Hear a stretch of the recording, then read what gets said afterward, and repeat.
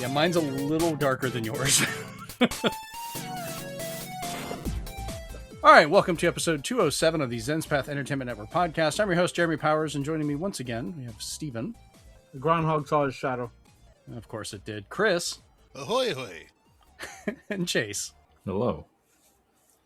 So, yeah, we're pretty much having a Nintendo-focused week again because Nintendo's just feeding us all kinds of things with a partner direct this week, along with some weird Sony news with AI podcasts and other assorted things for us to talk about. I think this should be kind of fun. And a fairly, a kind of a fun, what we think is best or what we enjoyed most type of big question on Nintendo systems that Steven came up with. So look forward to that. But to start us off with beforehand, we're going to find out what we've been up to. And Steven, what about you? What you been doing, man? Oh, wow, it's me. Yeah. I got to scroll up. I actually had to stay up one night because the ZZZ does stories that they'll reward you for completing them only until a certain date, and then you can only just play through them normally. And it was a really good story. It was kind of like it was answering a lot of questions. It was opening up like more of the story. They're doing kind of almost like a Marvel phase thing where they're like piecemealing you these little things that are going to lead to something huge down the line. So that's going to be very interesting. And I gave them more money, of course. I gave them at least another $15. So speaking of $15, I'm still on my mobile game adventures. I'm down to the last two. The last two are a slog to go through because they are just not fun at all. They are actually they're mobile games. So they're the same type of game. The ads you watch for extra coins are just disgusting, and you can tell all the mistakes they have in them and such. Yeah, it's pretty bad. But Chris and I finished Absalom. The game actually tells you need an extra life to fight the last boss because he will kill you instantly as part of his intro. Not so much tell as show. Well, the map tells you after that. It says you need that blessing to live. Because after Thanos snapped us out of existence, we came back and beat him up. So that was good. So that's one down for February. nice. And then, which we'll talk about even more in the partner showcase, a demo came out for Pragmata, and I played it for both Switch 2 and PS5 because I wanted to see the difference.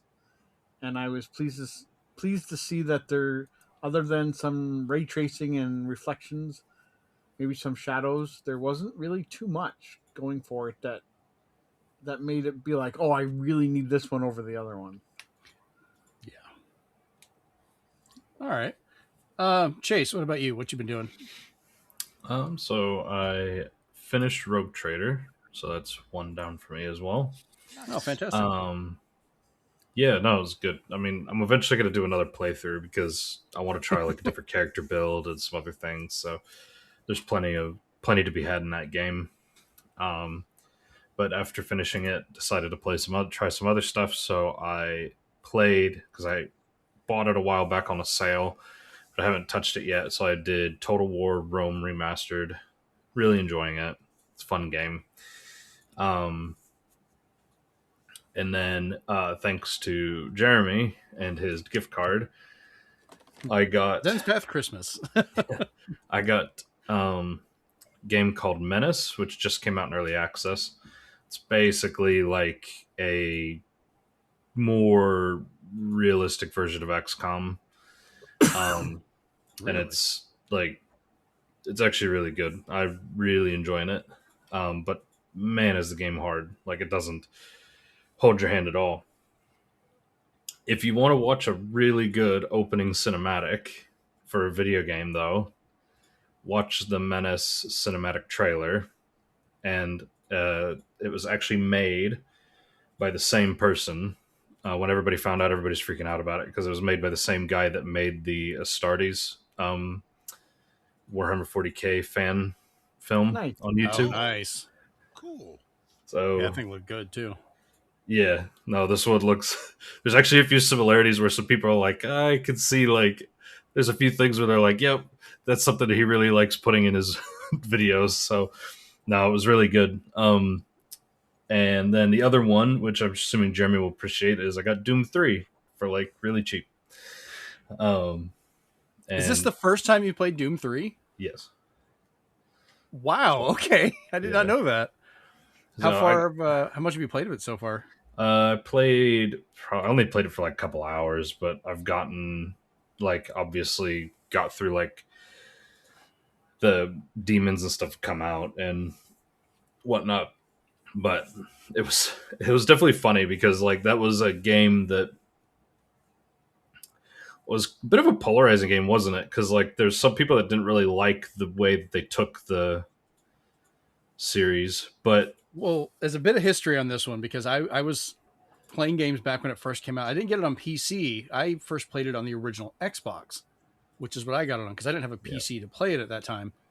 The biggest thing, and what you're not having to deal with now, thankfully, is you used to have to choose gun or flashlight. You could not have them both out at the same time. Or you could play fantastic co-op where one person's flashlight, one person's gun. I did that, and that was great. Oh, I didn't do that. Because like I said, I played it on Xbox. There was no co-op. But yeah, you had to pick and choose. But that was like one of those early games that really was pushing what you could do with lighting. So it'd be really dark and you'd have environmental lights and stuff. yeah, because that was basically id Software's like id Tech 4, like that was their like flagship game for id Tech 4, wasn't it, or whatever their new I id think Tech that was like id Tech 2 or something. Like it was an earlier Yeah, it was 2 or an 3 earlier. for that one. Yeah, it was an earlier engine, but that was basically like them trying to show off what they could do with lighting and with stuff, Yeah, which is probably why they did the whole flashlight gun thing, was to just not only increase tension, but like I mean there was probably like because I could see where some people are like, oh, why doesn't he just have a flashlight like attached to his armor or something? Yeah, Well, I remember somebody made a mod, which I think then Yeah. took off and they put it in the game. that was one of the biggest mods. Was that ironically enough, a lot of people would for fun use the Hello Kitty flashlight mod, so it would project like a Hello Kitty thing. But it was at the time it was mind blowing for how well it did for the lighting, for being able to light up different environments and everything. I liked it. I thought it was a fun There was Doom. nothing like that co-op because nobody Mm-mm. does the job of just pointing a flashlight. It was co-op on Xbox. You could connect online. That's how I played it. Oh, okay. Yeah. I guess I didn't play it much on that one for multiplayer. And then when the later ones, I was like, oh, they should have at least given you the choice if they were going to bring it to. If they're going to add co-op to Doom 1 and 2. I was just like, give us the original co-op back in Doom 3. Yeah, because I bought it on Steam. It was only like for $5 on Steam. Yeah, So it's like I bought. stupid cheap now. So it comes with the original game. It also comes with BFG edition, and then you also get the Resurrection of Evil expansion. Nice. That's got some fun weapons in it. Yeah. So no, I'm really enjoying it actually. Like it's an awesome game. It's definitely one of those. It's definitely one of those games that like. I mean, it's a mid 2000s game, like early 2000s game. Early 2000s, yeah. It was like what 2003 or something like that. Somewhere around there. Right.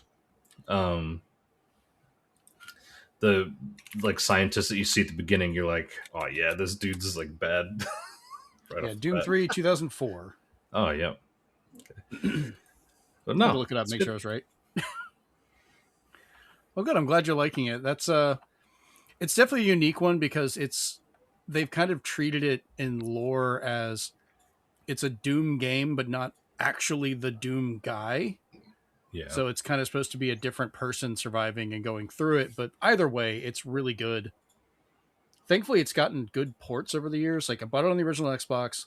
I got it later again on the 360, which got the BFG edition, which was really had everything together. And that included Doom 1 and 2 with it. And then I got it again later. Like it's on the Switch now and a few other systems. And they're really fun ways to play it. So, but yeah, that's awesome. You got that. All right, Chris, what about you? What you been doing? Mostly I've just been playing older stuff, but I'm doing a solo run of Absolem after I finished it with Steve. It is a roguelike beat 'em up, so there's a lot that you can do before or after you finish the game. and each character has their own side missions.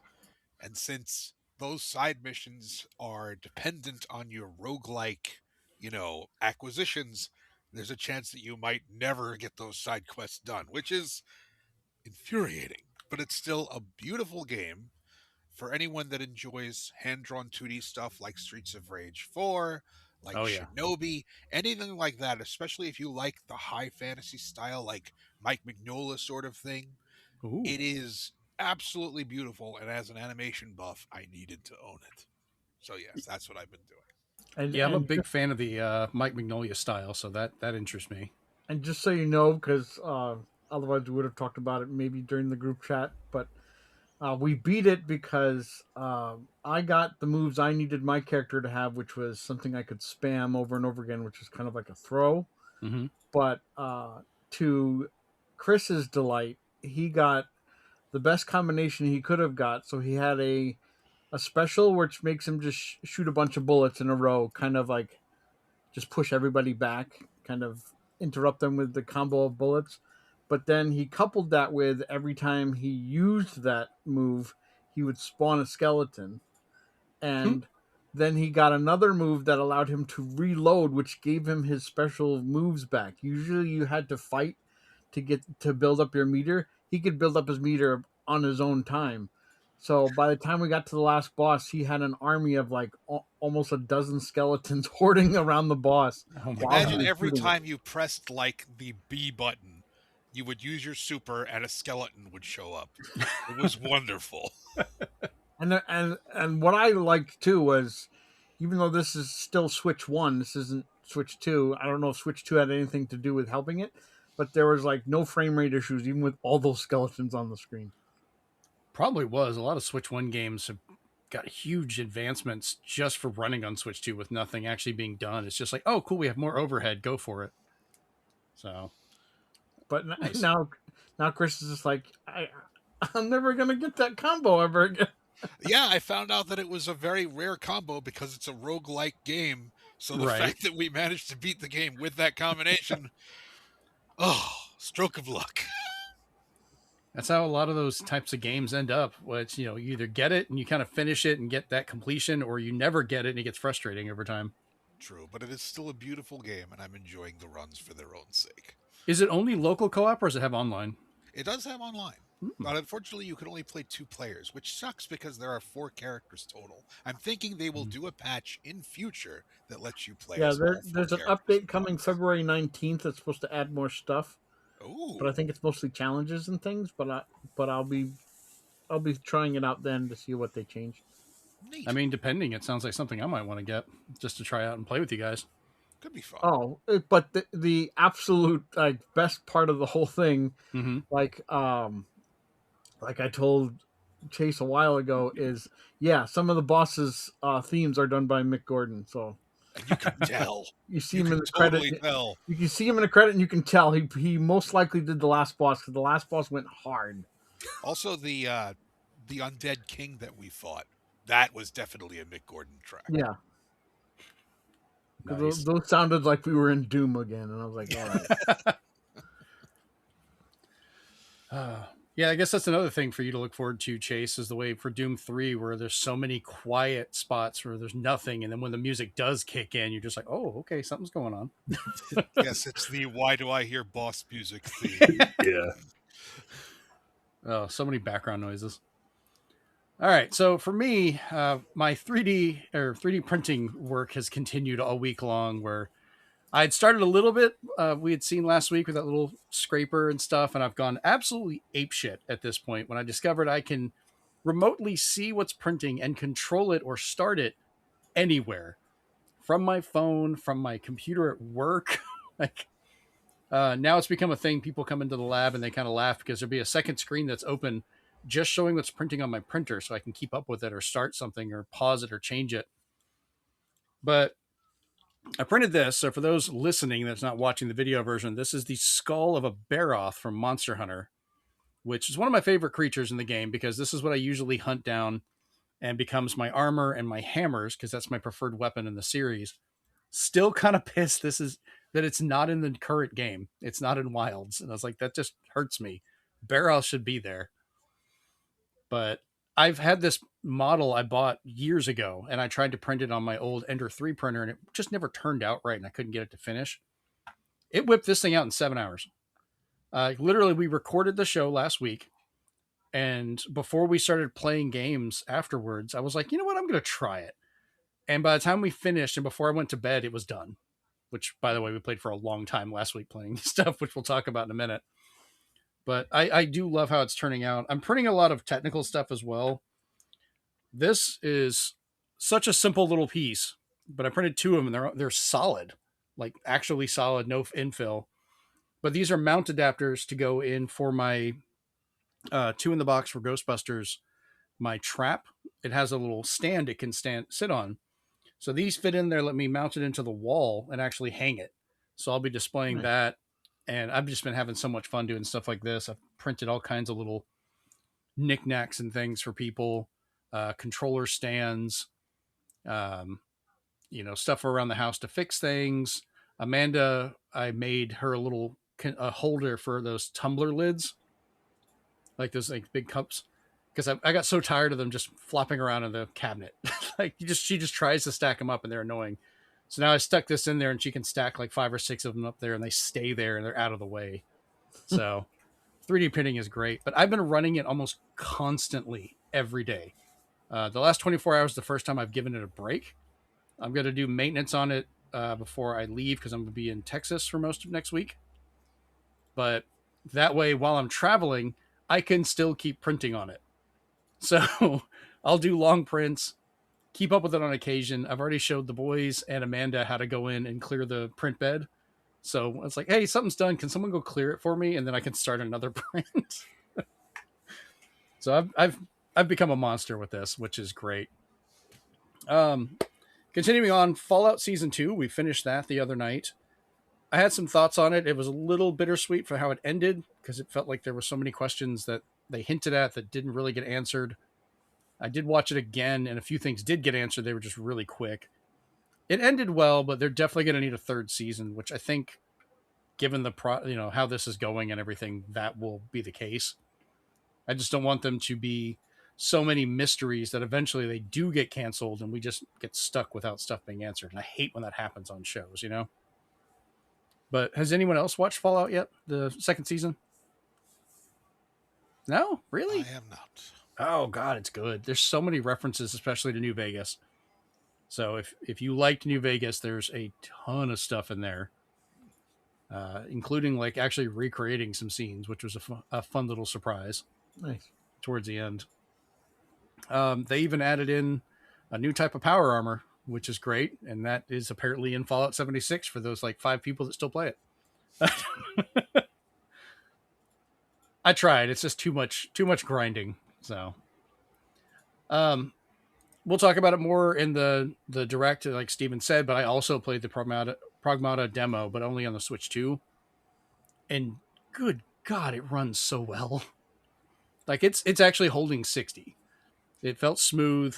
I was moving around with the combat, finished it. When you finish it the first time, you get an extra suit. And I was like, oh, that's kind of fun. So then I wanted to see if I could do it faster. And I knocked my time down to like just over 12 minutes, like beginning to end, just getting through it.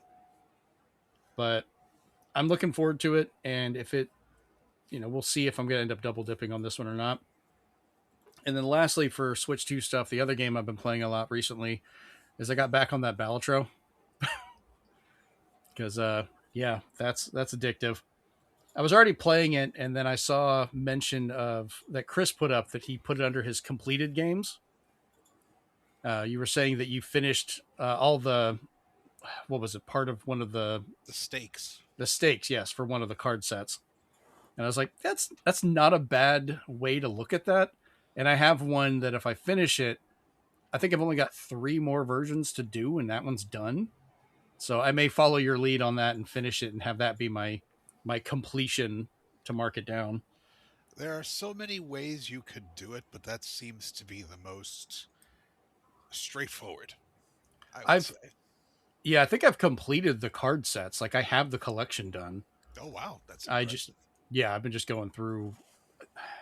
I don't know how much. I don't think I've got all the Jokers, all the specialty cards, all the planets, the spectral cards, things like that. You could call that a completion, honestly. I kind of like your rule better because that makes more sense of finishing one all the way up, because then you have a complete thing. Some madman has finished all of them, and I tip my hat to you because I'm not doing it. Like, it's just too much shit. But it's fun, and I've been playing it. I'm still debating on buying that one digitally just to have it on my system, because it seems like a pick up and play game where I can still play something else, but then play that on occasion. Fair. So, otherwise, I got to switch the cartridge, which is probably the only thing keeping me from playing it obsessively again. Take the cartridge out and don't have it with me. All right, let's jump over to the group chat. We actually have a few things to talk about this week. All right, so I have a couple of pickups from this week. They're kind of surprise ones. Steven, do you have anything, though? Because it tends to be me and you. Yeah. Why don't you start us off? As you saw in the beginning, I did get my Fisher-Price Little People from the My Mario set.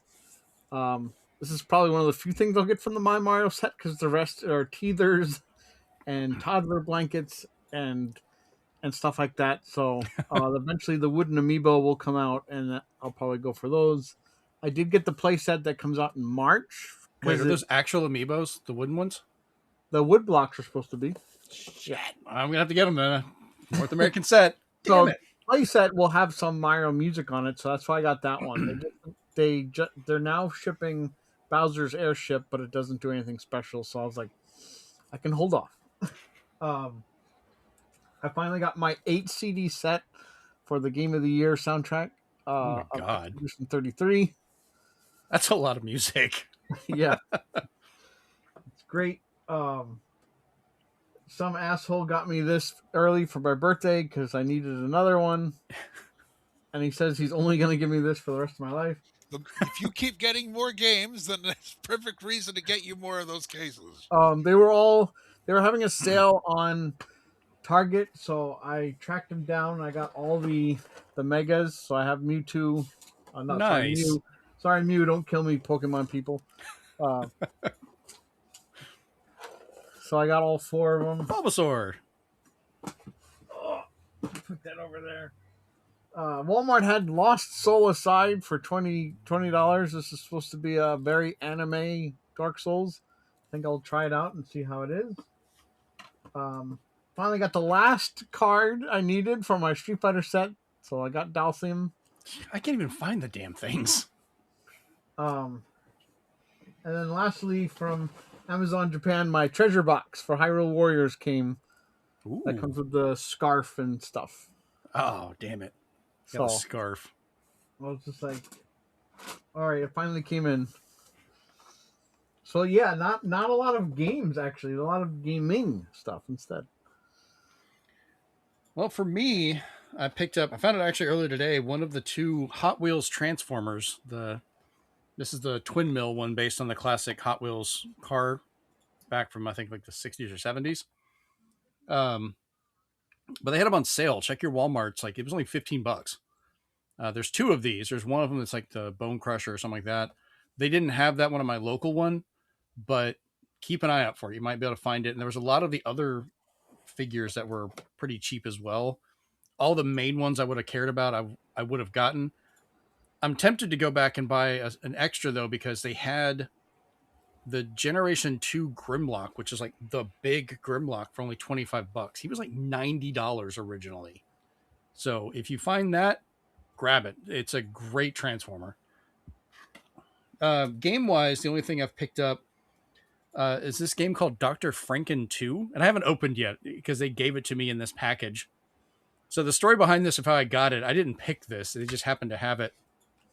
But there was a lady that I met, her and her son, at a recent like little toy fair that they had here in Panama City. And I just kind of talked to him because, they were looking at Xbox games. And she had mentioned, like, we're not going to buy it because she was looking at Psychonauts, or the kid was wanting Psychonauts, and they weren't going to get it because they had found an Xbox. I guess somebody had it before, but they didn't have a controller. They didn't really have any games for it. So I struck up a conversation with him because I was like, I've got all this extra stuff and I'm trying to start clearing things out. And I was like, I'll give you a controller. That's fine. That way you can at least play it. And then when I got it, I was like, well, it's an old one. Let me see if I can fix it, because I had to change out the clock capacitor. Got a new one of those in, replaced it, got it working. Then the disk drive wouldn't open correctly, so I ordered new belts. Put that in. Took me like 2 weeks to do all this just for waiting for things to get here. Got it done. Xbox works beautifully, by the way. But she was like, oh yeah, we have this game. Do you want it? And I've never heard of it. It seems like it's kind of a fun platformer for the old Game Boy. So I will be giving that a try.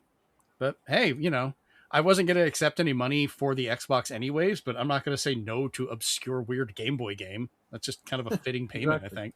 There you go. Well, I mean, the capacitors, they didn't cost me that much. I'll probably end up using them on other systems to work on for people. And the belts, it was like $5 or $6 for 10 of them. Like, I've spent more on coffee. And I had 3 Xboxes here that I'm like, you know what? They probably all need the belts changed anyways. And out of like I think 4 or 5 variations of the disc drive on the original Xboxes, all of them except one used the same size belt. And thankfully, all 3 of the ones I had all used it. So I just did a belt swap all around. So I got my old Xboxes working again a little better. So it benefited me anyways, and I'm sure I'll fix something for somebody else. But yeah, that's the main of it. So next up, this was kind of a fun one that Chase and Steven and I last week got back into some Helldivers 2 shenanigans. We were just a lot rusty. A lot rusty. Just a little. We only killed each other a lot on accident. Not as many carpet bombings as we used to. We actually got a little better at that. But I think I died a few times from somebody dropping down turrets, and I stood up when I shouldn't. Just different guns going off, different things. I think I walked too close to a hell bomb. Driving's still good. Oh God, driving. Died a couple times to that. Yeah, sorry about that. Got stepped on a couple times. I know is I had to buy my first what is it called? War bond, because Chase was looking through it and he's just like, this one has a chainsaw. And I was just like, you had me a chainsaw. So I bought it, and while it's not very good against robots, it's very good against bugs. And and thankfully, because I could Mad Max it through a lot of levels, Chase taught me that I was aura farming. So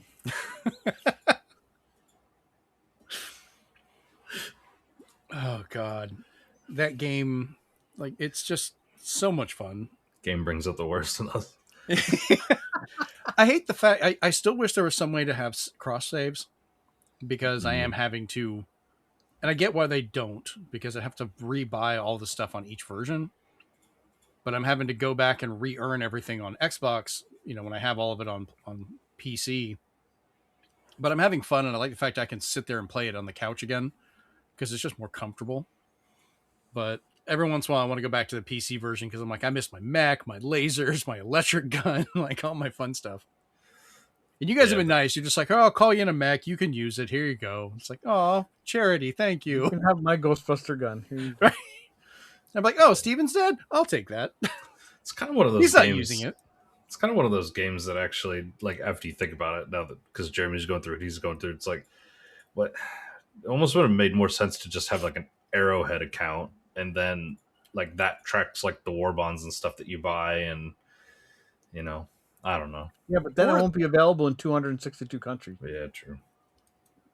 Yeah, I mean, like I said, I understand part of that. Like, but if nothing else, like, let me have my level and some of the stuff I unlock that's not tied to a war bond, which sadly more and more of it is becoming tied to it. I would say make it cross progression, but not cross purchase.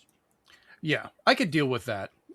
I understand it happens in a lot of multiplayer titles like that, but give me my stuff. I haven't been paying attention like to that game a lot for reasons, but then just the other day after we played, I looked at Helldivers Discord, and like the Helldivers Discord is acting like it's been hacked by the automatons now, and so like a bunch of the Arrowhead like community people, they're all speaking in binary code instead of just zeros and ones. Now it's like, man, they're really getting into this role play still. So good on them. Fun. Let 'em have fun. I like it when they do things like that.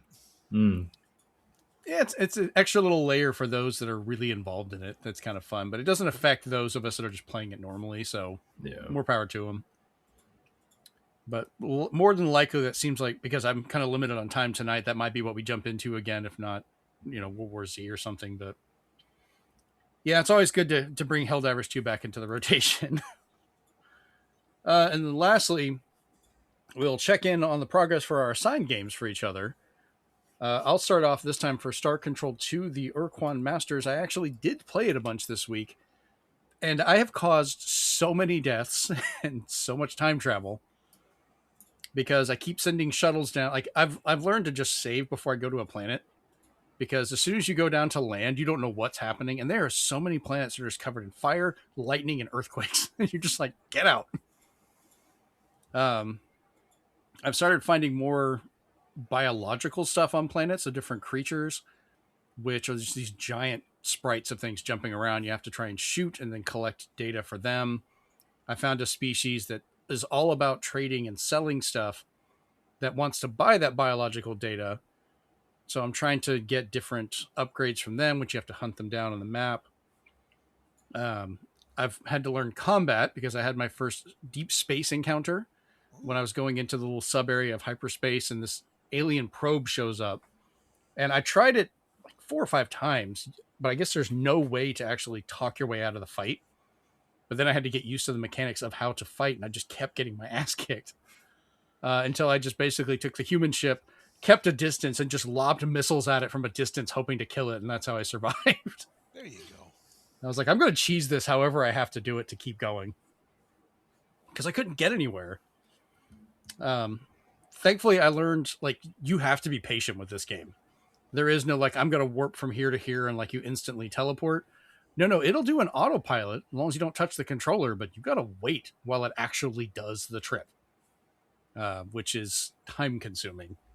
So, but I'm having fun with it. I'm running into more species. I'm looking for other stuff to kind of start traveling out more and trying to build up my ship, a fuel supply, get my crew and everything going. But it's a slow burn, but it's definitely interesting. It feels like a very early, like, proto of like No Man's Sky or Mass Effect, kind of, where you're exploring the galaxy and doing stuff. So I kind of wonder if either of those titles were inspired by something like this prior. All right. Sounds like you're having fun. Yeah, no, I'm enjoying it. I finally found where the save is, because it is not traditional save files. Yeah, that's one of the reasons I would say look for the instruction booklet online. You'll find a lot of stuff that you wish you had known earlier. Yeah, well, I had to find the file structure of where it keeps those, and something that's not even marked as being a save file, this UQM folder. Yeah. So I had to locate that. I'm going to copy it over my laptop and see if that works, but I meant to do that yesterday, and I was playing the game and just kept playing it for hours. Nice. And I just sat here while I was watching a print going, and I was working because I set my old computer up here with a touchscreen so I could go through the old files, because it's got like terabytes of storage on it. And, while I'm sending the ship and it's on autopilot, I'd move over and, work on the computer or transfer stuff. So it's kind of become that, but I'll test it on the laptop and see if I can get my stuff over there. Then I can run it wherever. Steven, what about you? Your update for Titanfall 2 at all? So speaking of bittersweet, you can add another notch, because I finished Titanfall 2. Chase and I are definitely curious of your thoughts. Yeah. And yeah, that's exactly how I felt during the ending. I was just like, I want a third one, damn it. You know our pain now. Yeah. And I was just like, one of the guys I thought I was going to beat up, he's just like, I don't get paid enough. Goodbye. Like, all right. Typical Aussie bloke. So I was just like, okay, but yeah, what a third act. Probably like in terms of culminating in terms of action sequences. I haven't had one like that in a long time, and Call of Duty is really gonna suck to play through now because of that. It breaks a lot of those games for you because they did so many things right and they just dropped it, stopped doing it. Yeah, because it was, again, the sound design really helps, but when I'm destroying all the mechs and I'm making sure not to progress in the game until all the mechs are destroyed, which feels good because even the little ones I can punch and stomp on, so that felt good. I finally came to a loadout that sucked, so I immediately changed back to my previous loadout. So I was like, okay, the first Titan loadout I didn't like had the tethers on it. Oh, You were yeah. the North Star, and I was just like, that's probably the worst one for me because everything was so slow and monotonous, and I liked the one that could give me all the lock-on missiles and gave me the where I could just use kind of like a minigun as my core. Oh, the minigun's fun. Because it just it just grinds through all the mechs, especially when they're annoying me. And the sound of that gunfiring is so good. Spoiler free, but I finally died a couple times. Luckily, Chris wasn't around because the guy's like, "Okay, jump." Oh wait, I need to turn away for a second, and I was just like, "But I already jumped." So I fell to my death a few times because he was just like, "Oh wait, I need to go away for a second." And I was just like, "What are you doing?" That and I wasn't paying attention where I was standing, and I fell off too. So it was that. But yeah, I really like how they did the credits though, because they kind of just had the characters stand next to their like mechs and stuff just to have like who voiced who. Mm-hmm. So it was kind of nice how they did that. You don't get that in games very often. You just get it in the credits. And I don't know why I didn't realize that was Matt Mercer as the main character. He's just really good at doing different voices. So, yeah, half of Critical Role was in that game. So, and I'm pretty sure that predates all of that too. So I was just like, all right. I was just like, just when I was just like, okay, we're gonna do that. No, we're not. I'm like, wait a minute. What about? And they're like, no, sorry. The head of the company is dead, and all their games keep getting canceled. And I'm just like, this sucks. Yeah, it's one of those things that it has such a bright future, and they just stomped it out. Like, just did not care. But it still was a joy to finish. It's one of those games where I didn't tend to, after a couple chapters, I found the gun I wanted and never wanted to switch from. And they understood my gripe with other shooters that you need to feel the impact when you shoot things. Mm-hmm.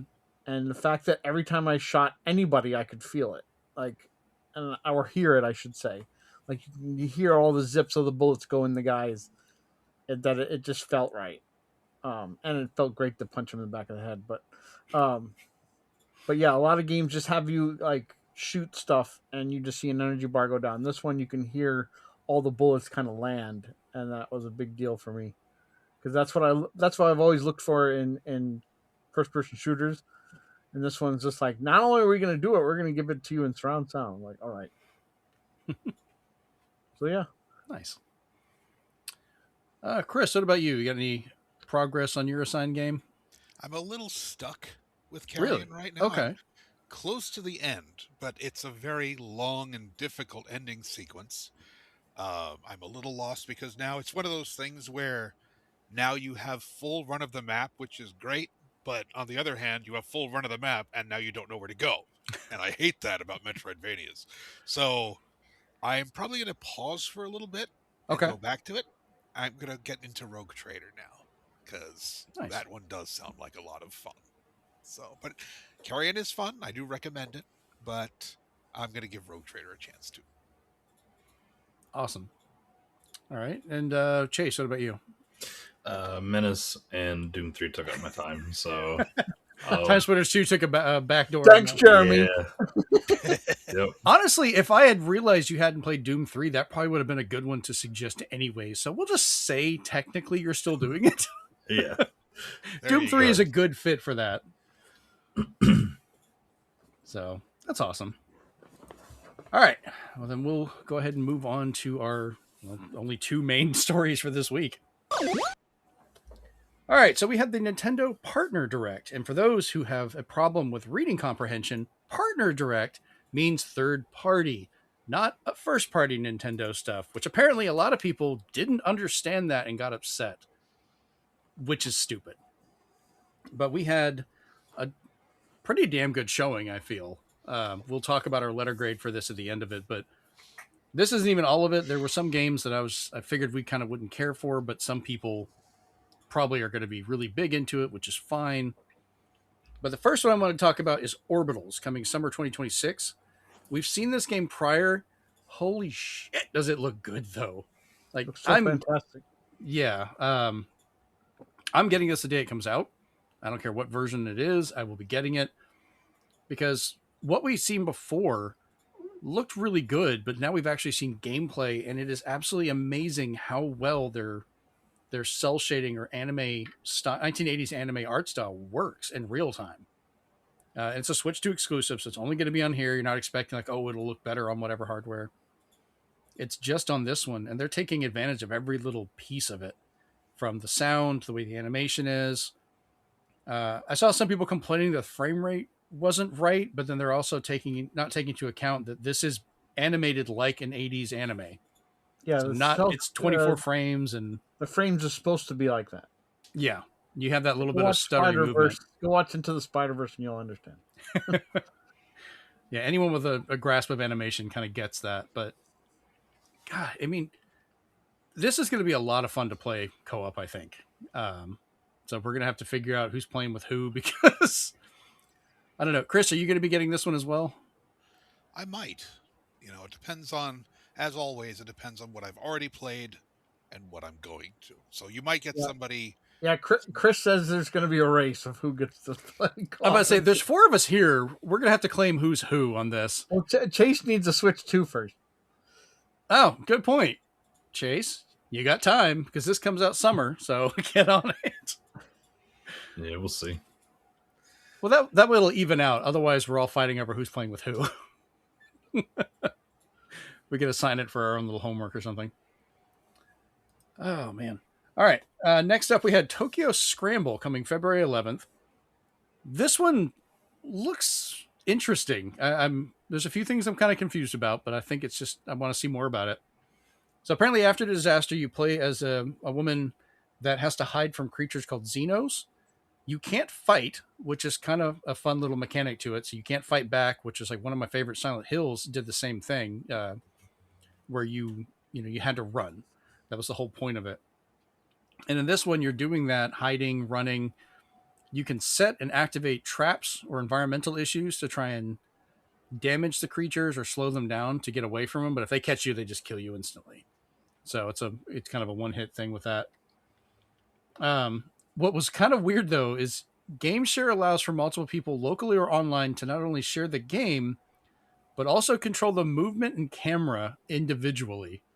So people can take over the controls, which sounds like a mess. Like if you're trying to play with like one of your kids or something and they just randomly start moving the camera, like, how is that going to throw you off? I don't know. I don't know. What did you guys have any thoughts on this one? Because it was such a weird take for that. So I've decided with this game, not with any other game that's been announced thus far the last 6 months, but I've decided here in 2026 that eventually when something seems to add together something I like, once a year I will blindly jump into a game and buy it full price without reviews, without knowing if it's good at all. Right. None of the ones that Steven and I, or Chase and I, are trying to get you to play. Exactly. Like Demio. Exactly. But anyway. Just pointing that out, and I'm sure Chase is right there with me on this one. Like, what? But anyway, I was just buying some trash-ass game instead of buying a game that he knows we're all going to actually enjoy. Hey, It's got to be better than Code Violet, okay? No, it looks exactly like Code Violet. You watch that G-Man Lives video, you fucking know what this game's gonna be like. I'm going to give it a shot. I'm going to pay the full $30 it costs for this game. That's not bad. disgusting. Spend $30 Thirty's on not ZZZ. I'd rather you spend $30 on those mobile games. All right? It so happens the Demio D&D thing is $30, but Yeah. we got to put it towards Tokyo Scramble. I think this game would benefit greatly from even just a short demo, some kind of demo to at least try the mechanics out. I'm curious about that. I'm going to be reporting back next Okay. episode how my experience with Tokyo Scramble went. I'm hoping, especially since I've never heard of the company before, I'm hoping this is Clock Tower with dinosaurs, but we'll see. Dinosaurs, insects, they showed a dinosaur, but they also showed like a giant mantis and some other creatures. So Xenos are not just dinosaurs. Because for a first moment, I was like, oh, is this going to be like some kind of new take on Dino Crisis? Which got me intrigued. And it was like, oh, no, it's not. I don't know what the fuck this is. Like, I don't know. It looks like it could be fun. Depending how the mechanics work, I hope it doesn't get frustrating. I just really trying to grasp why they let multiple people control the character and camera. Well, like that is going to be such a mess. To be fair, Mhm. after I've gotten a good hold of it, I will invite Chris to game share and see what he can do to me in the game. No, you should invite me because we could support online. Let's see how much. I'll act like a petulant child on that. All, Just be like, all I'm three gonna of move you this at the thing. same time. What could possibly go wrong? Oh, it does support more than one. Yeah. Yeah, it's up to It supports you too, Chase, because it's Switch 1. Oh yeah, there you go. Because GameShare works with Switch 1 and 2. We're gonna do our best to stress you out to get you to get Demio instead. If he has bad experience, he'll ask for a refund. Nah, you won't. No, Oh man. but yeah, this is one I was just like, I'm gonna give them a shot. If Nintendo thought it was good enough to show on their show, I'm gonna try it. We've all known that's not a good measurement. Yeah, there's been some bad games shown. What's the worst game that they've shown on their directs? Oh god, there was some mobile games I think they got brought over that I was like, why? But yeah, it's some of those general like anime titles that I've seen just pop up out of the blue all the time. They keep putting on there, but I showed quite a few of this direct too, where it was just like generic anime game, like just breeze through in a medley. Like I said, I'm with you on this one, Steven. I'm trying it. I'm intrigued by the idea behind it. I'm just trying to grasp the whole other side of it for that co-op multiplayer part. That's just so. I want to try it. I just want to see what it is. I'm glad to know it's only $30 though. That's more reasonable than I was afraid it was going to be, because I thought it might be a full price game, and I was like, oh, that's a lot for trying it at $60. So maybe when it goes on sale, I'll pull a Demio like you do. I'll get it when it goes on sale. All right, let's move on to our next one here. So the next one that popped up is Valheim, coming in 2026, sometime this year.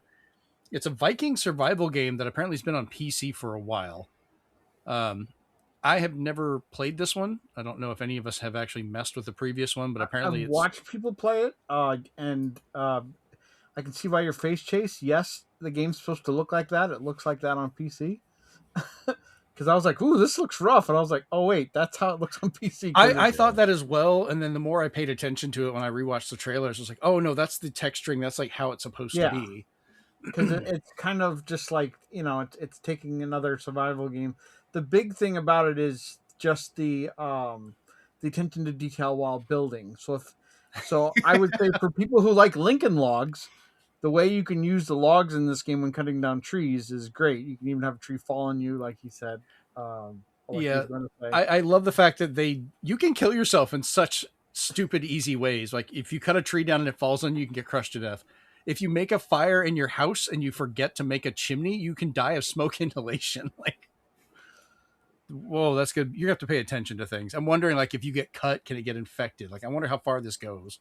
But these are some of the games though that I think the Switch 2 needs to to get back some online credibility. That if their games run good online multiplayer, that have more faith in their online. Because like we all know, first party Nintendo should run like butter, but we want to know how all these Except third Smash parties Brothers. we want to know how all the third parties is gonna fare. So this is a good start because it's a popular series with people. Yeah, it's one I've never really messed with too much, but it does look like it'll be fun. So I might try this one out a little bit later. I do want to say, because we didn't have it on the list, really quick, that they did announce that Grand Blue Relink game coming to it, which is, it kind of plays like a Xenoblade game, but kind of dialed down a little bit. However, as well as being online, the local co-op play is going to be Switch 2 exclusive. So you can have two people just adventure together. So it's like, all right. They are doing a beta, which I did sign up for. It's the first Switch 2 beta I've ever signed up for, so hopefully it feels good. Start somewhere. So the next game we have here is The Adventures of Elliot, the Millennium Tales, coming June 18th. I don't know why we have GKC afterwards, but Game key card. Oh, okay. Yeah, I knew about that. The game looks good, and I'm tempting to play it because I like how the art style is and everything for the HD 2D, but I'm more intrigued by the fact this is an action RPG over turn-based. So it's kind of more, Zelda style for running around doing stuff. The demo's been on the eShop for a while, and it's fantastic. I loved it. If I do eventually get it, it'll probably just be digital, but it reminded me of like old school games like Crystalis and stuff. Okay. Not as much Chrono Trigger because hot take, I hate Chrono Trigger. It's Chrono Trigger, but I'll pronounce it any way I please. I went back in time just to mispronounce it because it sucks. Anyway. Just like DK Bananas. That's not mispronouncing. That's changing the title. Same thing. Yeah, Chrono Trigger I really got into on the DS. That was my favorite way to play that one. I always really enjoyed it. So, once again, something Jeremy loves, Steven hates. Consistency. But I don't know, this one does look like it'll be kind of interesting and going through different ages. I don't know if it's time travel related or just building up your town, but yeah, try out the demo. You'll be like, I kind of like this. I think I was hesitant at first because I was annoyed that it was going to be a key card, but this is one of those, if I get it, I'll just get it digitally and be done with it and just at least enjoy it if it's there. Yeah. All right, next up we had Turok Origins coming fall 2026, which apparently this has been, it's coming to multiple systems, but never gotten a release date. So this is the closest we've gotten to something. At least now we know around the time it's coming out. The game looks really, really good. Like it was detailed, especially on a Switch 2. But it's kind of more of a Monster Hunter vibe to it with the co-op. Like you can do single player, but you're hunting down creatures and doing stuff. I don't know. Does anyone else feel it doesn't really feel like a classic Turok based like the game or the comics? Like it's just we have a license and we want a Monster Hunter. There's not enough fog. Yeah, fog goes back and forth on that, but like just the feeling of it just feels weird. I think it feels more like the classic Turok series because the one we got for 360 was abysmal. So yeah, but even the ones on like N64 back in the day and stuff like that, they seem more story based. Like you had some multiplayer in certain functions, but it was more of an actual story playing, as Turok doing stuff. And this kind of feels like you've got a bunch of different characters and they're focused more on hunting the big creatures, which, like I said, feels more Monster Hunter style to me. So all we need to do is get where you can make your armor out of what you do and new weapons, and it might as well just be a reskinned Monster Hunter. So, all right. After this, we had a Bethesda triple drop that popped up, and Todd Howard showed up to give us a bunch of games. Technically, it was 4 games that got announced, not just 3. Because, yes, once again, we have another version of Skyrim coming for Switch 2. At this point, I just expect everything to have a new version of Skyrim. Whatever. But Fallout 4 is finally coming to the Nintendo Switch 2. It's going to be a code in a box. So Bethesda's doing the one thing that Steven and I really both hate. Bothering to release a case with a piece of paper inside, and that's it. Should have just left it digital only and lived with it. I love me some Fallout 4. I've always enjoyed it, exploring the world, doing everything. This version does have all the DLC, a lot of the mod community stuff available to it. But the fact that they're releasing this one at $60, that's a bad one to kind of go to, because you can get Fallout 4 on PC really cheap now if you didn't already have it on one of the already existing systems to play this on, and it already runs great on a Steam Deck. So if you've already got one, this is pointless. So I don't know. I'm glad to see it's made it over to Nintendo, but it feels kind of bad being full price. Like, what would you guys pay if you wanted this? Like, Chase, if you got a Switch 2, say what, Steven? 40 for a key card, 30 for a code in a box, if at all. Okay. What about you, Chase? Would it be for Fallout 4? Are you even a fan of it at all? For Fallout 4, probably not going to be tempted. Just not much of the fan of the series, or just not a favorite Fallout? So I played 3. I really liked 3. 3 was good. But for some reason, I just couldn't really get into 4. And then 76 was a mess. It got better, but it wasn't my thing, yeah. Got better as it came out, but it was a mess. Yeah. Chris, what about you? Any thoughts on Fallout 4? Is this anything that would catch your interest? You're muted. Well said. Well, I guess that's about what Chris is saying. Good, you got it. And the crowd goes mild. Basically, I said I would get it if it were a pack-in game with the Goemon collection. Damn.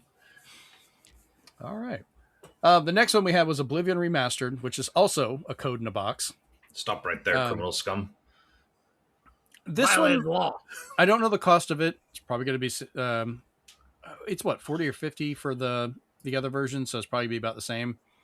Probably. This one I'm kind of interested in just because I didn't get it on the other systems when it came out. I haven't played Oblivion in a long time, other than backwards compatibility, and it could be fun to kind of dive back into it, you know, because we've revisited Skyrim so many damn times. I'm like, let's go do something else. Let's just, you know, let's play this and maybe a little Morrowind and we'll be good.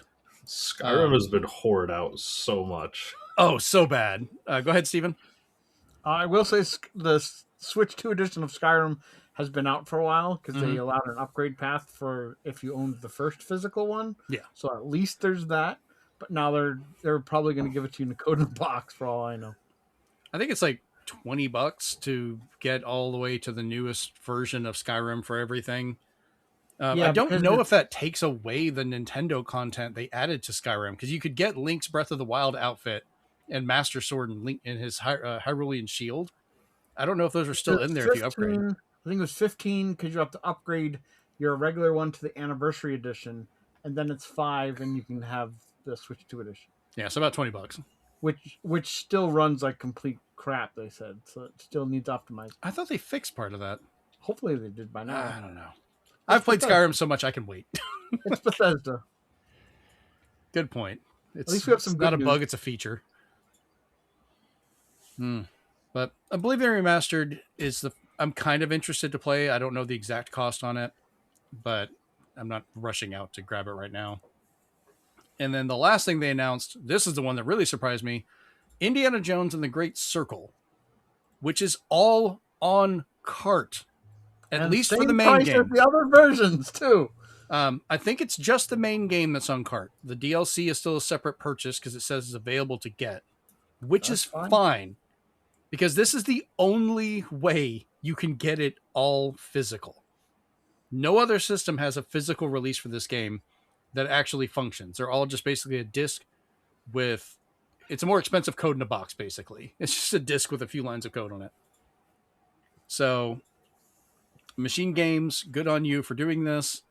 I will be single dipping, because technically I got Indiana Jones for free on PC when I bought my laptop. So this is the first time I'm paying money for it. I would have paid for it originally.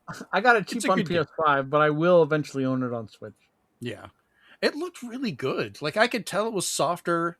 This is going to end up being a game kind of like, what was the last Star Wars, Outlaws, where it ran well, but it required some of the ray tracing functions because that's how the lighting works in this game. So you have to have that active.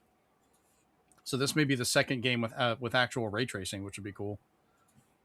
But if you haven't played it, the Indiana Jones game is amazing.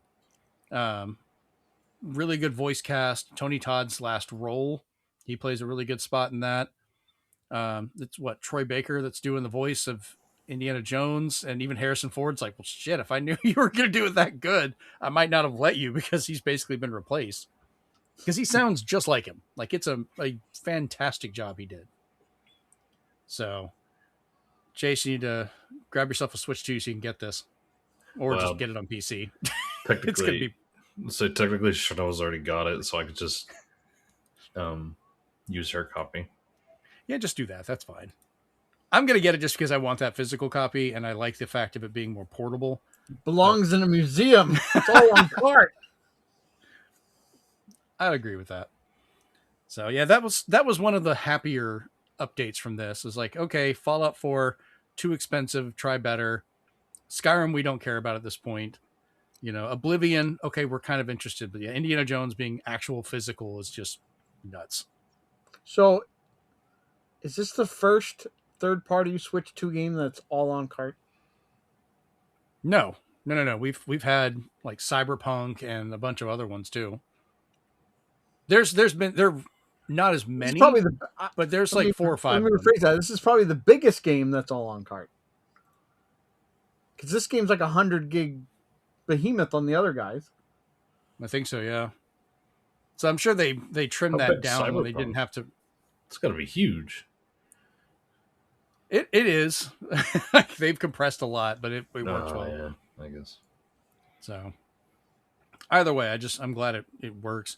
Because I'd be fine with if you put the cartridge in and it has to install, I would be fine with that. I wish key cards would do that.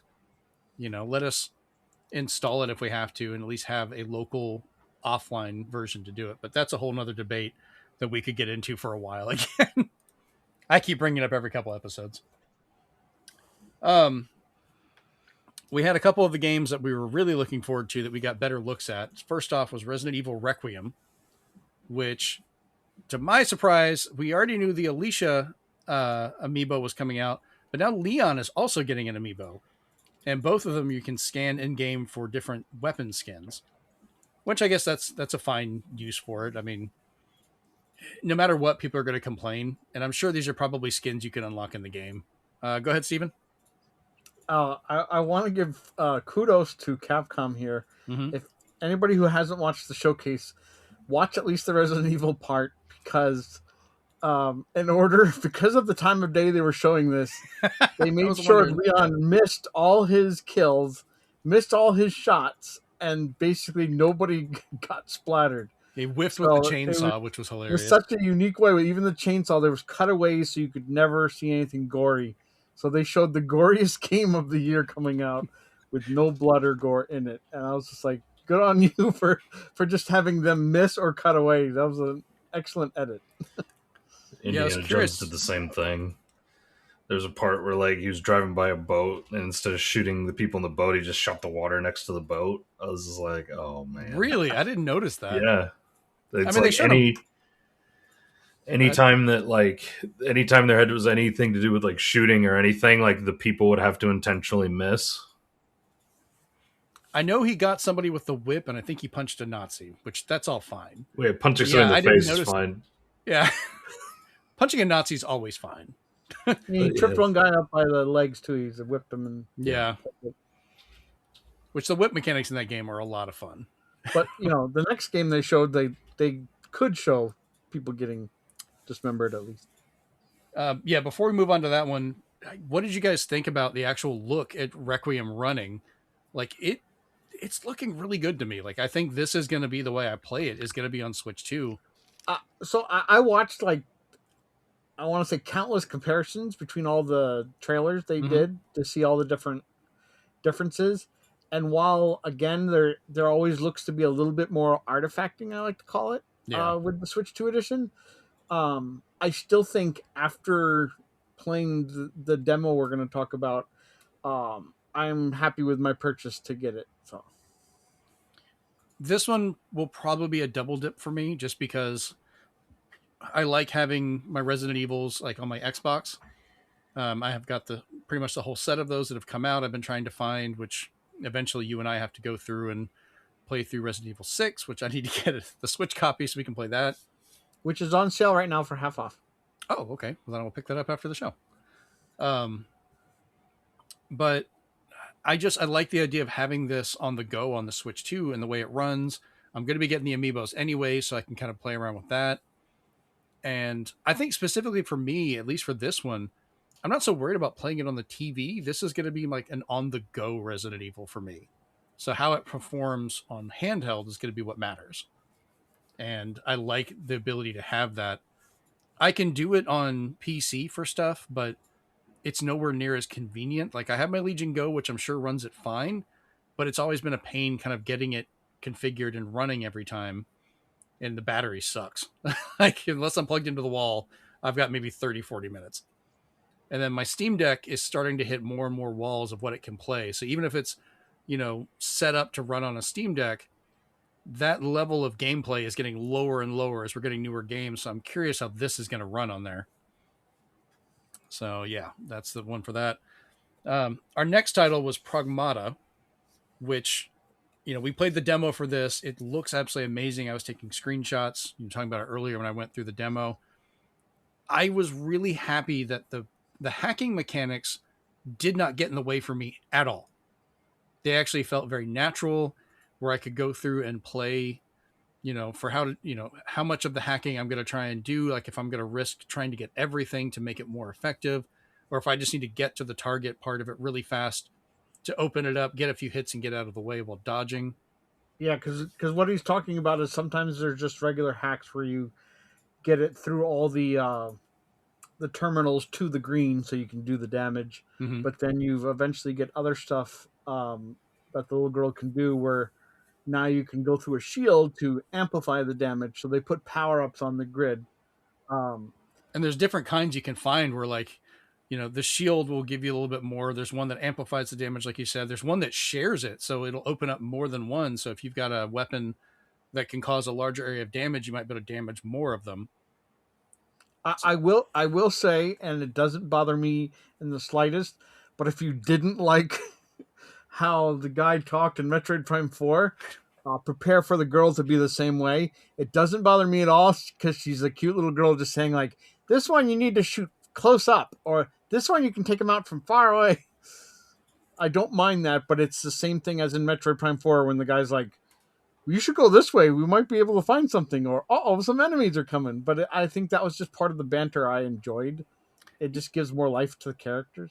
Yeah, people were way too harsh about the Prime 4 voice acting and everything. I thought it was fine. It didn't bother me nearly as much as they said. I gave Chris the weirdest comparison is I felt like I was playing Resident Evil Dandy Dungeon because Dandy Dungeon is a game for mobile and Switch where you have to pick a path that will get you through the dungeon in one go. Mm-hmm. Like you don't move square by square. You have to put out your whole path.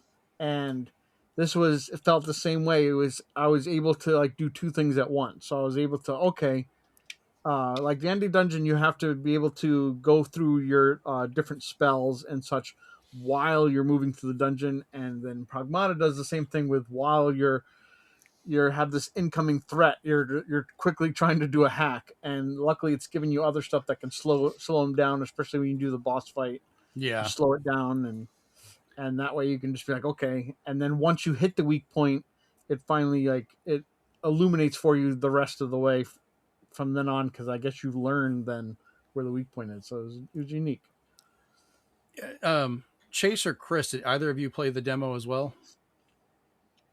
I watched Steve play it, Okay. and I think it makes more sense for your little robot buddy to be constantly chiming in because she's right there. Yeah. And she's willing to help. And she's basically a kid. Kids talk. Like, Yeah. Good God, did kids talk? Yeah, I think Chris, you downloaded the Steam version, so you have to let us know how that runs. It was pretty close to the same thing. I only played a little bit of the beginning. From what Steve and I have noticed, Mm-hmm. there's no huge difference in graphical capability. I don't think there's going to be a version of Pragmata that absolutely blows, the others out of the water. I think Capcom made sure it was relatively equal in style over all Yeah, the versions. biggest things they did was PS5 did the haptic triggers, Mm-hmm. which you either love it or leave it, the way it vibrates every time you're trying to shoot. Which Switch 2 And does some of that with the HD2 yeah, Rumble and all that it too as just well. doesn't do it to the extreme PS5 likes to do. Yeah. And the other thing was, which I didn't know why it didn't want to do it 100% of the time, but at least in gameplay form, the PA talks over your controller too. So Mm, it makes it so it's really crystal clear, but I don't know why it doesn't do it in cutscenes. no idea. So you played this twice, Steven. It was on two different systems though, right? Yeah. So I noticed, and I'm kind of curious your thoughts on this. I played it the first time, and it wasn't bad, but I was kind of trying to figure out the mechanics as you go. That's normal going through it the first time. Like, oh, here's how hacking works. Okay, here's the different guns and how those work. Where this one's real powerful but slow. Selecting through them, things like that. Weak spots on enemies, how to deal with mechanics. But then when I went back and played it through the second time, everything was just so much more smooth, so much faster, and it just seems like this is one of those games. Once you get into it, is going to be that fast-paced kind of fun action with this kind of buddy story as you're trying to figure out how to get off the moon. Apparently, did you find like how much easier was your second run once you kind of had a grasp on the mechanics? Like yours, my first run on Switch 2 was and I died I think once on I Switch 2. I did too during the boss fight. I got hit by too many Um missiles. yeah, cuz I was just like I needed to know like how to deal with that because of his jumping and his dodging. So that one I finished in 16 minutes, Mm-hmm. but then when I did the PS5 one I did it in 12. Nice. Because I learned more about kind of the physics because it takes a welcome leap that works pretty well into doing using your jetpack to kind of get to certain platforms to get certain items. Because if you really are good with your platforming, you'll get a lot of good items for your character, a lot more because there's different types of chests. There's ones that just give you their currency, and then there's these bigger chests that give you stuff. So I saw those were out of the way, so those are more.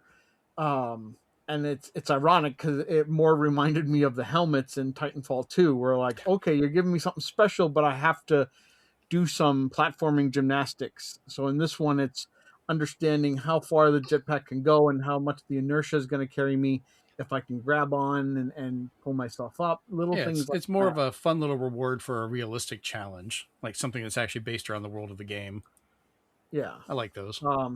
I think the only thing that was, I think, difficult, which I wish there was like another button for, but maybe when the game comes out, I can play with that, is switching the weapons. Because when you're playing a game like that and then you're using the D-pad to switch to a different weapon, it was a little cumbersome because I wasn't really using, I think, every button, but we'll see because if they have a button where you can just cycle through the weapons a la like pressing Y in certain shooters like you would in Titanfall, then I will definitely use the buttons on the back. The Pro Controller. I that haven't you played can it on put- a Pro Controller yet. I've only played it in handheld. because with those buttons on the back, I was just like, you give me a weapon cycle that I can use those two buttons on the back, and I'm set because then I can just do that. That's probably why I want a Monster Hunter, and they're so bad because then I can't cycle weapons with that or cycle So items. an interesting thing that happened that Chris wouldn't stop laughing about Oh God. was when you had to unlock one of the doors. Mm-hmm. It quickly said, but it went through really quickly that you had to go from the outside in, and I thought it meant from the inside out, of which buttons you had to press to unlock the door. Oh. So I screwed it up twice, and then the third time it gave to me, it just put all the same buttons in an order. And he started laughing, saying, since you're an idiot, it dumbed it down for you. But then I told him, if you're going to say it's because I'm an idiot, the only way it showed it to me in PS5 was the same buttons in a row. So I was just like, what does that say?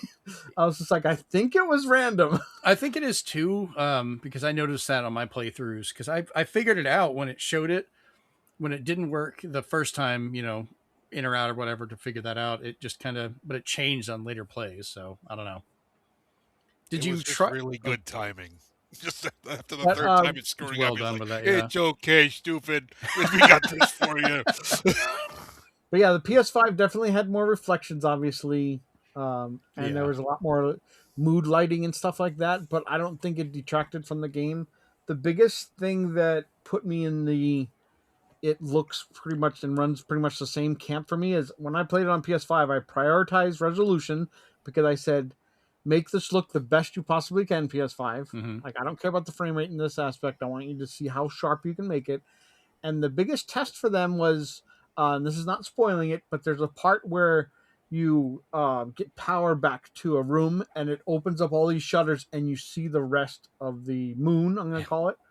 And it looks exactly the same on both systems. I thought it was going to look like a painting or something majestic on PS5, but they're like, nope, where it's got parity, it looks great on both, but it's not going to be heads and shoulders above the Switch 2 version, which I was like, wow.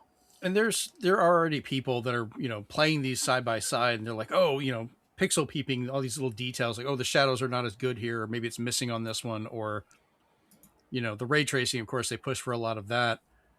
And I thought it was kind of funny. One of them I watched because they were showing the PS5 and the Pro, and they were showing the Switch, but then for Xbox, they would only show the Series S. They would not show the Series X, which is probably the same as what the PS5 is doing. But it was just kind of funny. They're like, oh, the Xbox Series can only do this. It's like, well, yeah, you're sticking to the Series S. What the fuck do you expect? But I remember reading articles that people were saying that that they were really happy with this rendition of it on Switch 2, and they said it might be the version to get. So I was like, okay. Yeah, I mean, I'm gonna get it once again because this one's getting an amiibo, so that I'm gonna be getting that and adding to it. I kind of wish they would have done one of him. I know they're just doing the girl, but it's kind of funny. Like, I was like, the suit, I really like the design of it. So I'm gonna say it too because even Chris brought it up when I asked the question. Mm-hmm. But Capcom, you love whoring out your IPs.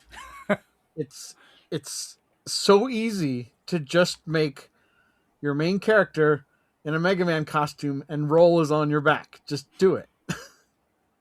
I'm sure that's probably going to be... They love doing Mega Man costumes and all If their they don't do that, someone's going to mod the Steam version because God, yes.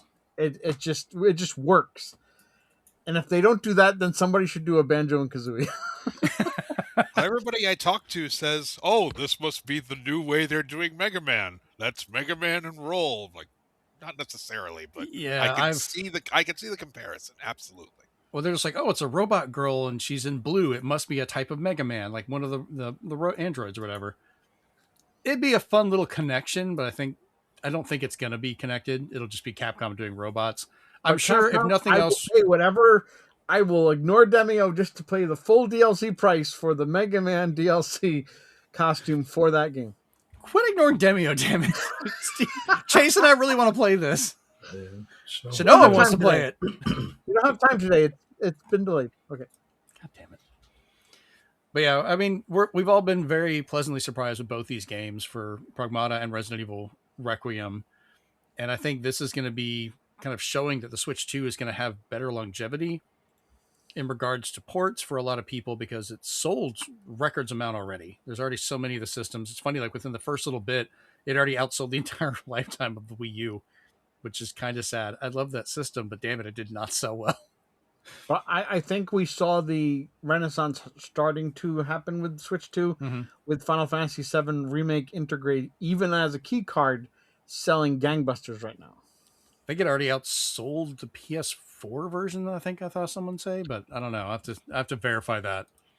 But it's gone kind of nuts. All right. Our next little bit here is some classic titles that they're bringing back. These are some fun surprises that not all of them are super interesting, but I at least wanted to talk about. But the Super Bomberman collection, I did not realize how bad I wanted that until I saw it. And my whole worry was, is it online or not? Because they were not super clear about it that I saw. Thankfully, yes, it is all playable. which we're also getting all physical on cart. Is that an exclusive to a store, Steven, or is that something that's... Video Games Plus has the ESRB Mhm. exclusive, so please support them. You do get points for everything you buy from them, and they ship to So New I Zealand. have to buy it from them. I'm not gonna be able to get a physical from like a local store. Or So something that I far, usually get. because it states even on their site, Mhm. it's a BGP exclusive for ESRB. If you go to Red Art Games, who's the publisher, they're doing the imported, the European one, the Gotcha. PEGI version. But to have an ESRB one is great because it comes out in August. So while this one I think is available now, the physical won't be available till August. Mhm. But the regular digital is only $20 on Switch 1, 25 on Switch 2. So it is not bad, especially if someone's like, hey, what can we play for a party game? Yeah. Awesome. Because these were always a lot of fun. So basically, you're getting Super Bomberman 1 through 5, all 5 releases that were on the Super Nintendo. They're also tossing in Bomberman 1 and Bomberman 2 from the NES. And we've never gotten 3, 4, and 5 here. So Not officially, no. Yep. But there's also going to be like archives of art, music, and other stuff that are going to be included, which is fun. But if you've never played the Bomberman games, they are great, hectic party fun. And the fact that we can play this online is what I'm excited for. Because I love playing them. It's just getting people together to do it. Like I've even got multi-taps for systems, all kinds of stuff to play it. yeah, you don't have to play these in number order, and please do not play Bomberman 0. Yeah, thankfully that has nothing to do with this. I kind of wish they would have expanded a little bit beyond just Super Nintendo and NES. But I guess they were... If this was digitally clips, then they would have said it's all on cart, and then they would have given a download later for the Saturn Bomberman. That's exactly the one I was about to call out. It's like, I wish they would have included Saturn Bomberman, because that is such a good version, but it is tricky to get a hold of. But I'm just happy because this is exactly what I wanted Konami to do. I want them to whore out their classic IPs, because the only thing else they had to announce was a soccer game. Yeah, which isn't even on here, because I was like, oh, that's great, moving on. It's soccer. Sorry, guys, I don't care. Arcade Archives 2, we're getting those, as well as Console Archives, which is a new thing from Hamsters. Rave Racer, coming in February, is the arcade version of that, which is just another of the Ridge Racer series. Fun arcade game to play. If you're interested in it, great. Console Archives, they showed a couple of titles that I couldn't find the name of in time, but some of them they did announce. So we're getting a Doraemon that's coming out, Sonic Wing Special, and then available now we have Cool Borders from the PlayStation 1, which, Steven, you were telling me about the fact that the PS1 controller is still in the menu. They just scrubbed Sony's name off of it. So yeah, you go into the options and it shows a PS1 controller and how to play. The funny thing is, this version is actually a better way to play it than the PS5 Classics version, because it runs better, looks better without the weird graphical stuff. It's got better CRT filters and everything on it. And apparently this is coming to PlayStation as a separate purchase later. I was always a fan of the Arcade Archives. The only thing that I wish they would do is what they did with the Neo Geo Archives, is make them physical, because I bought all 10 volumes of those.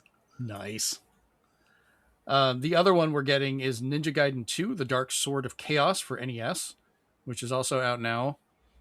Fun fact, if like other Arcade Archives and Console Archives from Hamster, if you can change the region, the Japanese version of Ninja Gaiden 2 is a lot easier. Yeah, they made it super difficult because they wanted to fight the rental market here. So I'm like on the fence. I might get it just if I find out that there's a region setting. So, oh, that'd be kind of neat. Yeah, all the other games they've ever had did. So, I'll have to try Cool Borders. I didn't play much, because I prefer 1080 snowboarding. I just really like that one more. But I mean, it's nice that we're getting that, and it opens the door for a lot of other potential PlayStation titles to come out on Switch too, which could be great. Give us Soul Blade. Oh, that would be funny.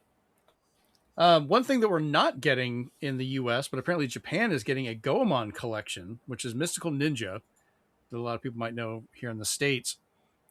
Steven, I think you saw some more about this. Do you know what was included with it, or? It's 13 Goemon games. Jesus! Ninja games. So it's basically almost everyone that we've ever experienced here, plus a lot more we have not. Does it go all the way up to the 64 Day name, one, or? if there's any English whatsoever, because I really want to play the Super Nintendo one again, and just try out all the ones that I never got to try. But 13 of them is a big deal. Is it strictly the 2D, or does it go into any of the 3Ds, like Goemon on the 64? From what I could see, it was just like basically all the 2D and sprite based ones, which And there I'm were not a lot of complaining those. about. Yeah, Yeah. it's a big series. That's cool. I kind of get why they're not porting it over, but I also don't quite get it because Goemon did have some good games here in the US that sold okay. I kind of feel like we probably will eventually get it, like we got that other one that was a spiritual Bakaru? successor that came out. Yeah, so I think we will. It's just we got to be patient, but I think we'll get it. Bakaru is one, if you have any interest in Goemon, I highly recommend it, especially if you're playing it on Switch 2. It fixed every graphical and Silky frame rate smooth. issue it had. It is And you learn a lot about beautiful. Japan from the game. That you meet. It's a cute game. It's just fun to mess around with. All right, after that, we had Final Fantasy VII Rebirth coming already in June 3rd, which is way faster than people realize. For Final Fantasy VII. Say what? I said I can't believe I'm clapping for Final Fantasy VII. I'm just happy these are like more of these ports that are running so well. Switch 2 and Series X and S are getting it the same day, which is nice. But a lot of people thought this would be like another year or two before it would be ported. And I'm kind of wondering if by the end of this year, we will have all three of them. Well, the Square Enix said they're going to share more news about the third one than they ever have before. So Okay.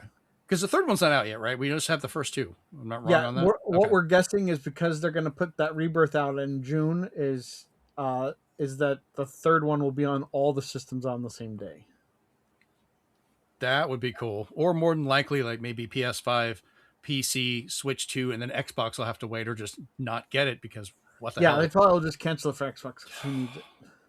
Damn it. Yeah, I'm waiting to see if they make a physical for that so I can get it, but we'll see. But this one, I know it's a key card. Jeremy Jr. bought the first one.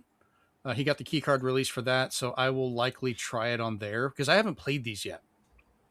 I was waiting to get them for the Xbox release, but since they decided to do it digital, I'm just kind of on the fence right now.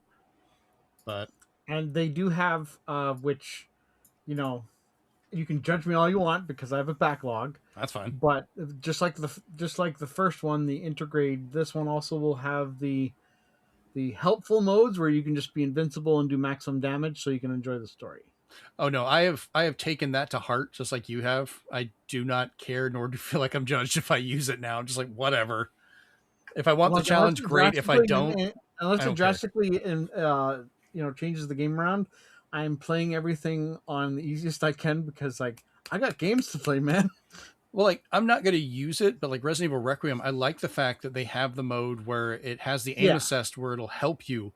So that way, if you're not making a Nintendo trailer, you can actually shoot shit. Like that, I won't use because I always like to shoot in the head. But yeah, I meant to ask you for Pragmata. Did you ever try the motion controls? Because I turned those on and I loved it. I thought they were really well handled. Splatoon ruined me on motion aiming. Really? Oh, okay. Well, I liked it. I thought it worked out well, so I'm kind of hoping to use that in Resident Evil as well. All right, so this next one was a bit of a surprise for me. I knew it was kind of coming out, but the Star Trek Voyager Across the Unknowns coming out February 18th, so I'm coming close on that one. I need to try and figure out where to order it. I believe this one's digital only everywhere. I'm not finding any physical release that I've seen for any console, but I really hope the Switch 2 version supports mouse control. Because I think this might become my preferred way of playing it on the go. Because you've got the whole, part of the Delta Quadrant and everything as you're trying to make your way back over, to the Alpha Quadrant. But you can go to that side view to work on the ship and try and repair things. And as you change the story, a lot of that seems like it would work well with a mouse. And it seems like it's kind of designed that way for PC. I want to see how it controls on consoles. I need to try the demo on those. I've only played it on PC and it worked well. But I'm happy to know this is coming out, and this is another one I really hope allows for some kind of cross save. Because if you unlock stuff playing through different scenarios that maybe you can bring into other ones or change things. I want to see how that plays out, you know? Am I the only one here interested in the Star Trek gamers? Are any of the three of you going to be playing this? I bought Star Trek Prodigy for Switch. You did, and you sent me a copy. Jennifer loves it, by the way. That's good. I don't know. I don't know why, Chris, I keep thinking like you might be a Star Trek person or not, but I only enjoy the parodies. fair enough. All right, well, I will be playing this, so we'll be hearing back from me about it, and I will be insufferable. I apologize ahead of time, but I did enjoy Voyager, and I like the fact that you can mess with the story and see where things go. So I'm gonna have to like do a run where I am just murdering and taking things the entire time, just to, like, I'll take all the Borg technology, I'll just push to go and see what happens and see how bad I can take them, and then try and do a standard like going from there. But we shall see. Many people will die. Hollow Knight 2, just for a quick thing, is getting a Switch 2 edition, which is available now, which I guess it just graphically helps it a little bit with the frame rate, which I thought ran fine before. I guess it smooths it out. There were some catches or something. But if you already own the game, be it physical or digital, it's a free update. So that's kind of nice. If you've got it, great. If not, well, okay, now you can get it better. So, all right, so let's finish this up with our direct letter grade and kind of see how we feel about this, and then talk about how we feel these games are holding up to other current consoles. I think we've already kind of covered part of that with the diminishing returns and stuff like that. But Chris, we'll start with you. What letter grade would you give this direct? Probably a C, because I didn't really see anything of interest.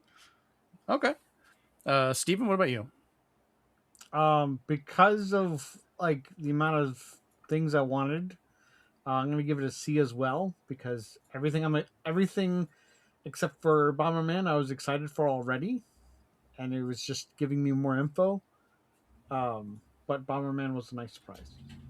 Okay. Chase, what about you?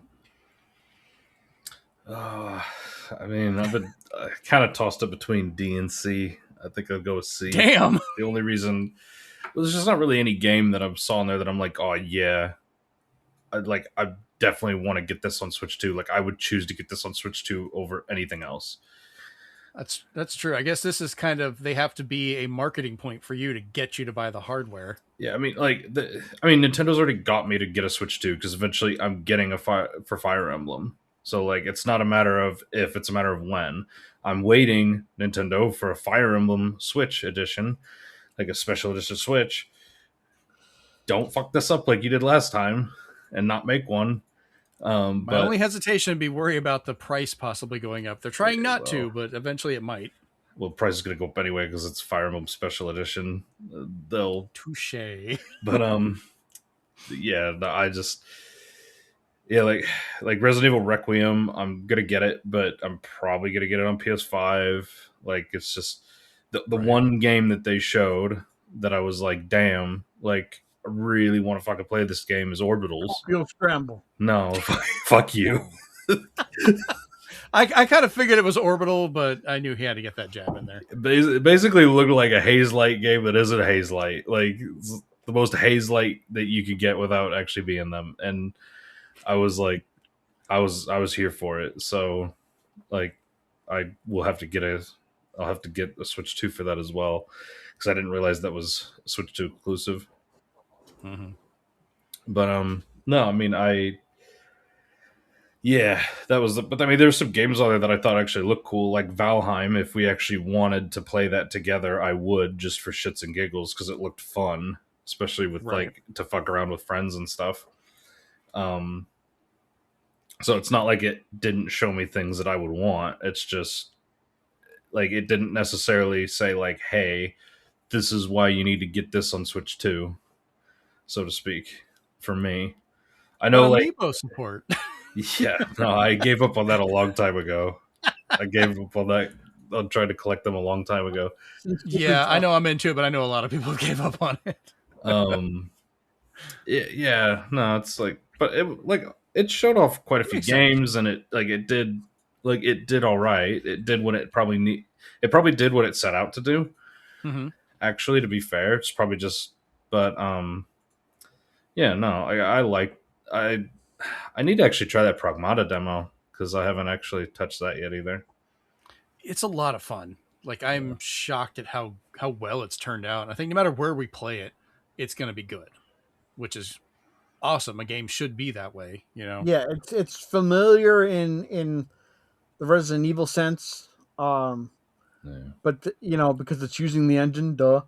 Um, but it takes it in a new direction, which is a nice try for once. Yeah, and once like play through it once, get used to the mechanics, figure out the little things, and then when you go through a second time, you'll really feel how smooth and how well everything can work. And it's like, oh, cool, it can just ramp up from here. You know, when you get other abilities, other hacking stuff, other weapons, like I can see it becoming hectic but fun. You know, not like in a Dark Souls way, but just a good challenge for a kind of shooter and exploration game. Yeah. So for me, I'd probably go a little bit higher. I thought in remembering this is a partner direct, it is focused on third party. I know people were shitting all over it because like, oh, we didn't get these big Nintendo announcements. That's what normal directs are for.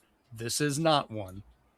This is just third party. I gave it a B because starting off strong with Orbitals, finally showing me a good amount of gameplay from Pragmata, Resident Evil, surprising me with the Super Bomberman collection. Um, the Bethesda stuff, I know we kind of crapped on a little bit, but I'm glad Fallout 4 is coming. They just need to adjust that price. This might be how I play Oblivion Remastered, just for fun. Super excited that Indiana Jones, a game I absolutely love, is getting a proper physical release. It kind of sold me a little bit more on Adventures of Elliot. Like I was iffy on playing it, but after seeing it a bit more, going, okay, I'll probably will download and try the demo. I just kind of needed to see how it worked. Tokyo Scramble, I'm confused and interested. I don't I'll be know. reporting back. Yeah, I want to hear from Steven on this one. This might be one I'd be like, hey, I know the streaming is not great on Game Share or whatever, on Game Chat, but I might just watch while you play to see what's going on. So, I don't know. I thought it was pretty solid. Yeah, there were games I didn't care about, like some of the sports titles or some of the other RPG, like anime games and stuff like that. But I never expect every direct to be every single thing I want. Nobody should ever expect that.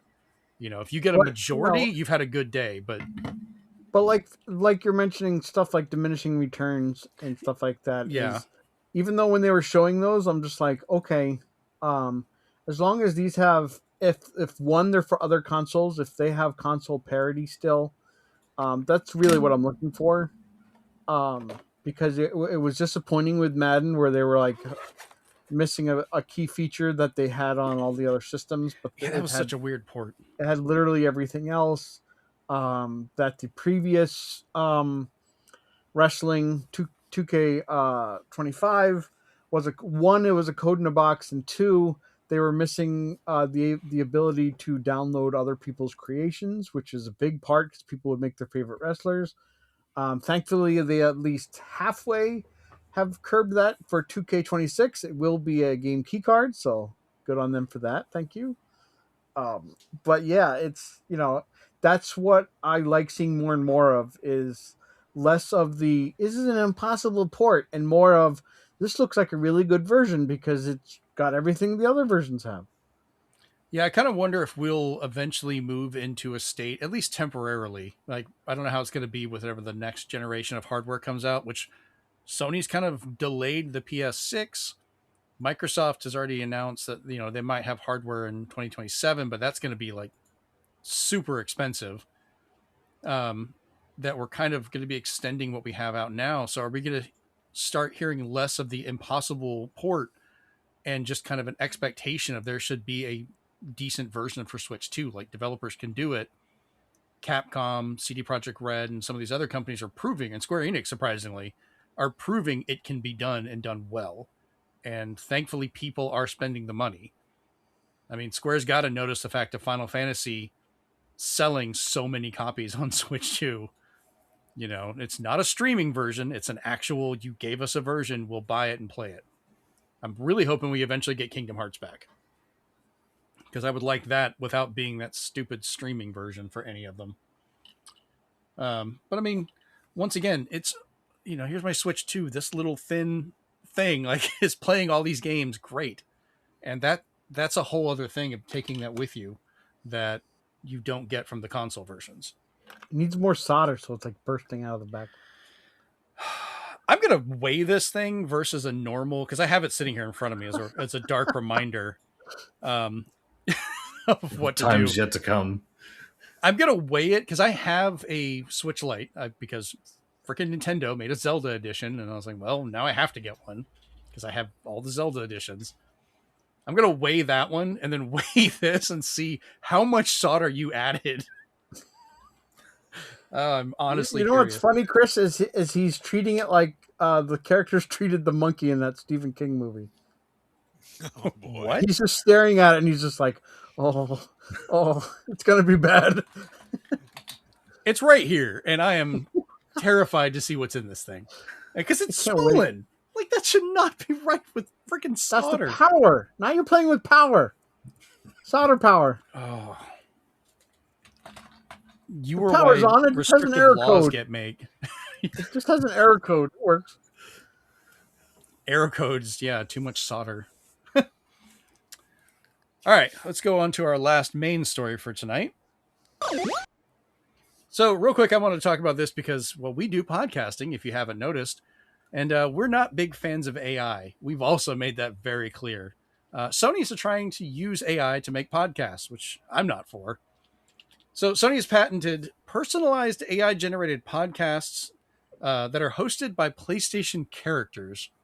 So these podcasts, and I'm going to air quote the shit out of that, would give information on particular games or news around it and other upcoming titles. So it's basically trying to sell you on this stuff. When you turn your system on, it will ask you, what kind of stuff you want to see and feed this to you. And then they try and personalize it a little bit where, they might make little jabs or jokes about you or at you during these podcasts to make you feel like, oh, I'm part of it. They're talking to me or about me. The demonstrations they were showing, some of the patent were showing like Kratos being, used in these or given as an example. What I want to know is like what this is going to be in regards to the actual voice actors, because they're not going to have the guy that voices Kratos do every single one of these. So obviously they're going to be using his likeness and voice and all that stuff.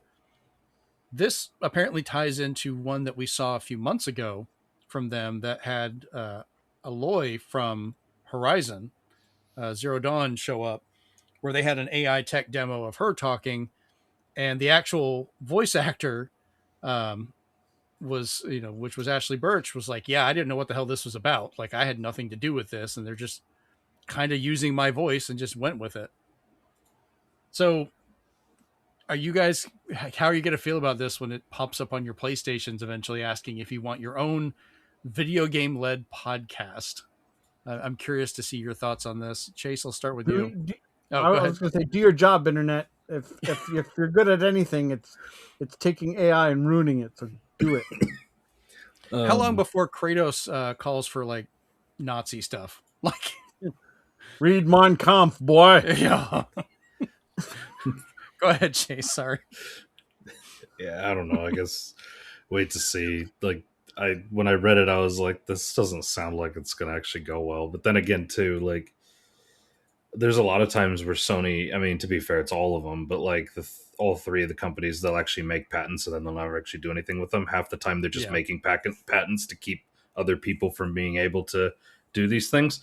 I hope that's the case here. Well, yeah, really but I mean, I think what was it? Like, there's a patent that Sony made that something about like something to do with advertising. Like, there's a specific way of doing like advertising, and they basically made that just to block other people from getting access to it. Like, it's not like they didn't actually do it to like try to actually use it, at least yet. Yeah, they had another one where it's the controller has just a giant touchscreen, and you put the D-pad, the analog sticks, and the buttons wherever you want, which sounds horrible.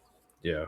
That one they kind of defended because they were saying like, well, the modern gamers, like younger generations, aren't using controllers, they're using iPads and stuff like that, so that would be more natural for them.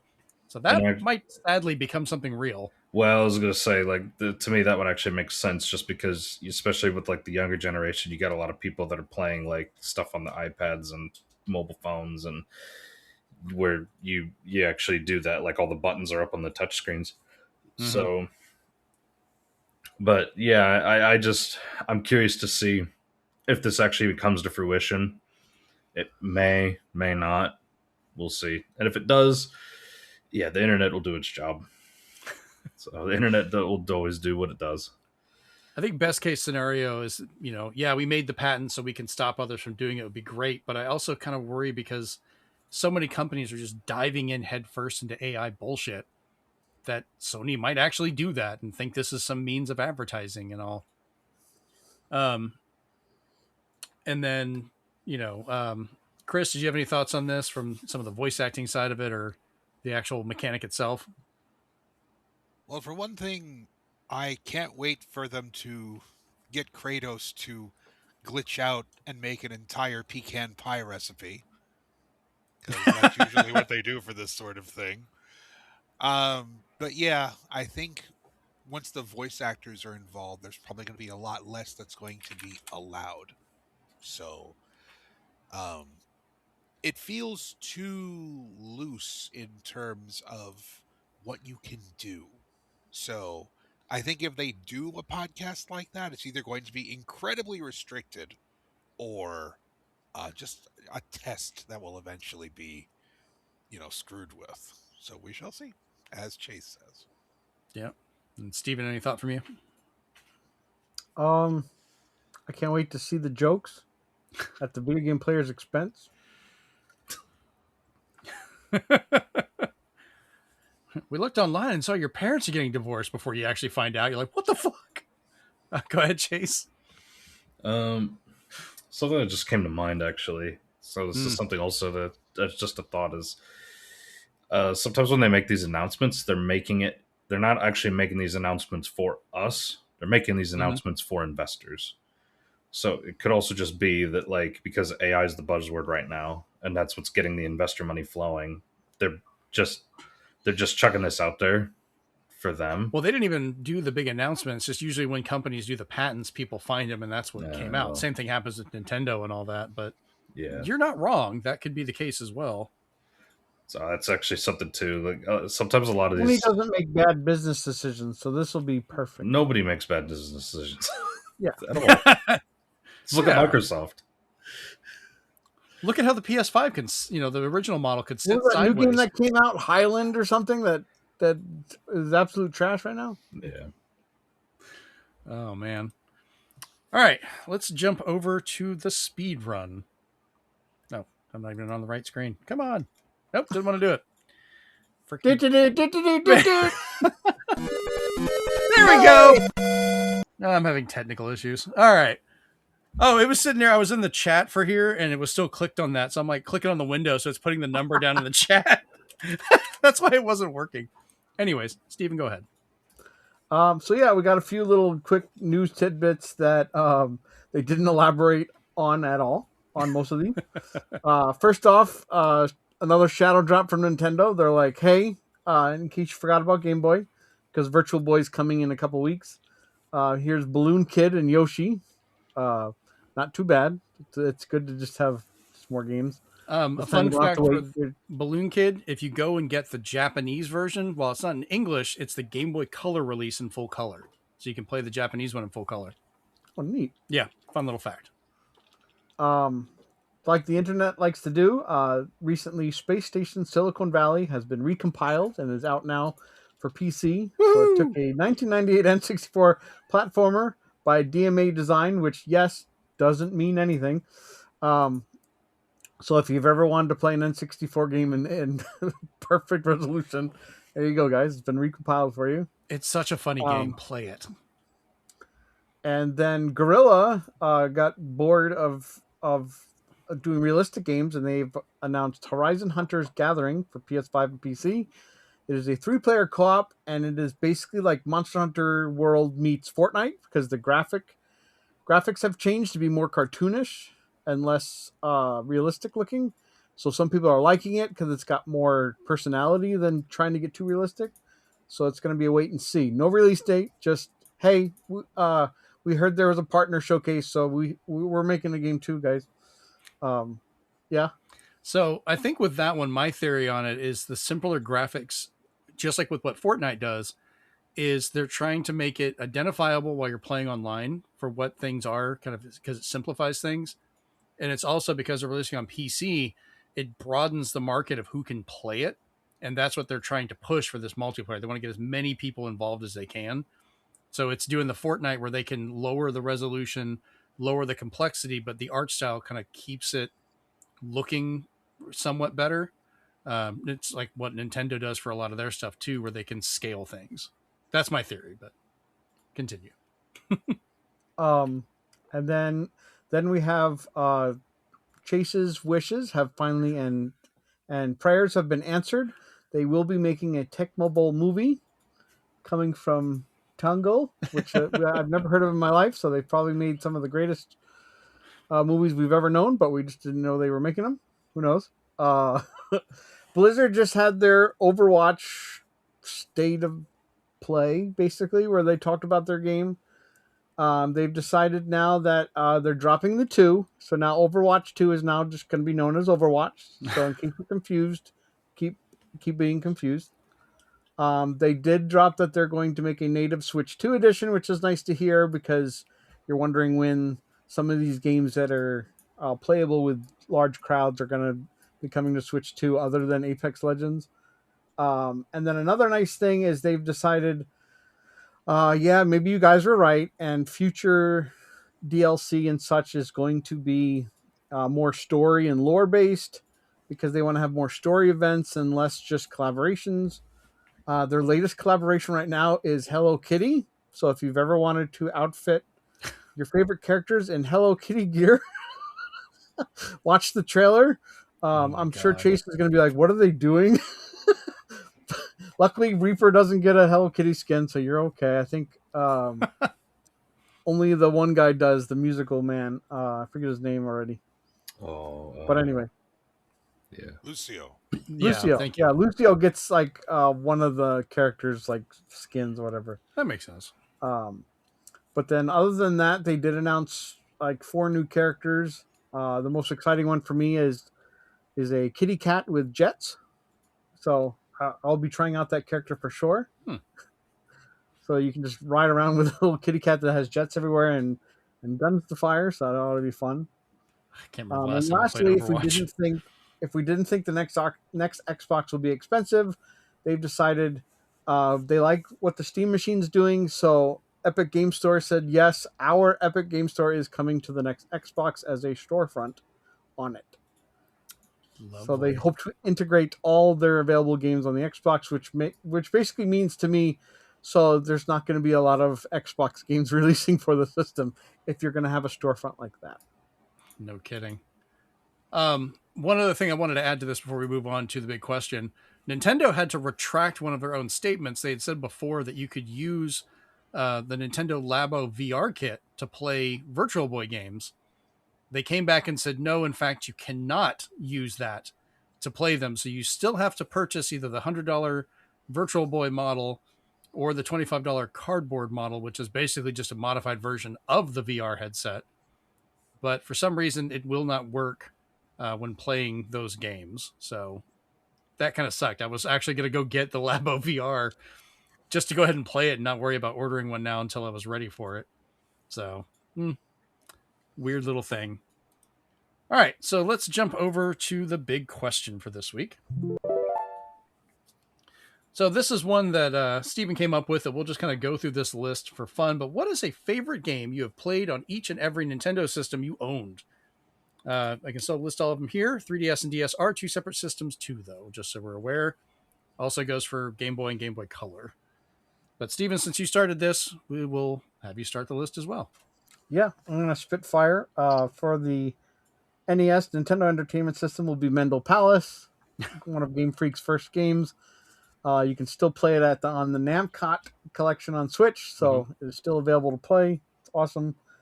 Super Nintendo, is going to be Super Castlevania 4. I think I've played that game more than there are versions of Skyrim out there. I love the opening music. For Game Boy regular, it was Donkey Kong for me because the fact that I could play 99 levels and it was just so much variety that ended with a big boss battle was awesome. For Game Boy Color, I picked Dragon's Lair because I can't forget that they fit a Laserdisc game on a Game Boy Color cartridge, and it was Capcom publishing it. So it was just like very weird to see all that running the way it did. So it's one of those like technical marvels that I always liked to play over and over again. Mm-hmm. Because I'm dealing with Game Boy, I'm going to skip around a little bit and say Game Boy Advance. It was Final Fantasy Tactics Advance. It's the one tactics game where I tried to collect every single character and I missed one because it's story based of when you could get this one character, and I missed it. And I used to play that game until like 4 a.m, just sitting there plugged into the wall because I wanted to get to the end. That was probably the best tactics game. Fight me, anybody who played it on PlayStation. For N64 is NBA Hang Time. There hasn't been a better NBA Jam to come out yet. The Wii version came close, so did the 360, but the Hang Time is just, I don't know, it just still performs really well for me. For Virtual Boy, I see we have another fan as well. For me, it was Galactic Pinball. Such a good game. I played that enough that I could like not see the rest of the day because I was playing all those tables over and over and over and over again. For Nintendo GameCube, for me, it was Mario Superstar Baseball because the one they made for Wii lost all of its charm for me, and the original one just played so well to the point where now you can go online, and there's people who have modified the GameCube edition to be online and have made leagues where you can alter the logos and a bunch of other stuff. There's a huge like Mario Superstar Baseball League to be played online now with a modified GameCube game. For the Wii, I have, of course, Silent Hill Shattered Memories, because it already takes something I liked playing and added the Wii Motion. So for me, it just added a little bit more to an already like phenomenal game for me in the Silent Hill series that took a different approach. For DS, I'm actually going with Meteos, not Disney Meteos, regular Meteos. It's a good game. That game was just fun to play, and it just reminded me that Columns really sucks because this is a much better version of Columns for me. Sega catching the strays. Yeah. 3DS, how can I not with the recent announcement? But 3DS, of course, it was Tomodachi Life. That started the whole craze for me, and I was just like, I can't wait to see more. I only had to wait 6 years, 6 to 8 years at least, so it wasn't too bad. For the Wii U, and I'm sure Chase will agree, but for the Wii U is Affordable Space Adventures. So far, that game's not going to be coming out on any other console, and it is the greatest Wii U game I have played on that system. I just wish it had online or a way to play it online. I'm going to surprise Chris with this one, but for my Nintendo Switch, the one that I've enjoyed playing the most is Bud Spencer and Terrence Hill's Slaps and Beans 1. Nice. Because it is the most, I don't know, involved beat 'em up that even puts something like Streets of Rage 4 to shame for me in terms of its complexity and how much you can do in it. And there is a second one, which is pretty good as well. It's voice acted. And then finally, the hardest one for me was Switch 2, but right now it stands at Metroid Prime 4 Beyond. Nice. Chris, what about you? Well, a lot of the stuff that I would mention has already been talked about, so I'm only going to talk about a game that wasn't really known very well, and that's Wade Hickston's Counterpunch for Game Boy Advance. It's basically the only other version of Punch-Out we've gotten for years that wasn't on the Wii. It was done by I think the company is pretty much defunct now, so I can't find anything about the game, but it's voice acted. It has basically cell-drawn characters, and it's just ridiculous. So I recommend, if you hear about it or find it or emulate it, definitely find it, because it's one of the few versions of Punch-Out you can play that's not made by Nintendo. I'll have to check that out because I'd never heard of it before, but I've always loved like Punch Out and Ready to Rumble boxing, stuff like that, you know. And it's also one of the few games that you can cheat as well, because there's a mechanic in the game where you can have your coach throw a wrench at the enemy to kind of take them out of their fight. Wow. It's a That- limited use, but it's a nice little like extra they put It's in like there. ice skating. Go for the ankles. Well, you actually learn a whole bunch of new super moves that cost stamina, and the last one you learn is punching the opponent in the crotch. You learn it from a guy who's like basically homeless because he got kicked out of the league for using it. God. Oh, that's fantastic. All right, Chase, what about you? Okay, I'll just go from the top. So, NES is Super Mario Brothers 3. Didn't really have a lot of games on the NES, but I thoroughly enjoyed that one. Super SNES was Donkey Kong Country. Take your pick, one or two. Still one of the best platformers of all time for me. And that music like goes hard. Like I can listen to that in the Nintendo app on repeat, and it's just great. So the Game Boy and Game Boy Color didn't really have a lot of games for it, so I just went with the Pokemon games. So take your pick with red, yellow, blue, any of those. I thoroughly enjoyed them as a kid. Got tons of hours out of them. N64, Donkey Kong 64, Fight Me. DK rap still lives on in my head. There's a theme here. Finally here. It's probably uncredited in your head too. Yes, absolutely. Thanks, Nintendo. Yeah. Game Boy Advance. I'm pretty sure I got the right title because I did this kind of off the cuff in my head. So correct me if I'm wrong, Jeremy. Metroid You're right. Fusion. That was the first 2D one that came out the same day as Metroid Prime. Yes. Metroid Fusion that fucking went hard. Like, especially once you saw like the doppelganger of Samus or whatever, I was like, oh fuck. Oh, that was terrifying. It The was SAX. terrifying. I was like, oh shit. And then like, and you it was one of those games, like there's very few games where like they actually do it properly, where they introduce this person and you're just like, oh no, I don't need to fight this person, I just need to fucking run. Like, and that was one of the few games where like they actually, you're just like, oh no, I need to get the hell out of here. So yeah, because I it love was they would teach you that this will kill you, like just Yeah. no problem. So no, that game goes hard. I love that game. GameCube, Fire Emblem Path of Radiance. Yeah, that's a really good game. I'm super happy that I was able to get it thanks to Swan's help.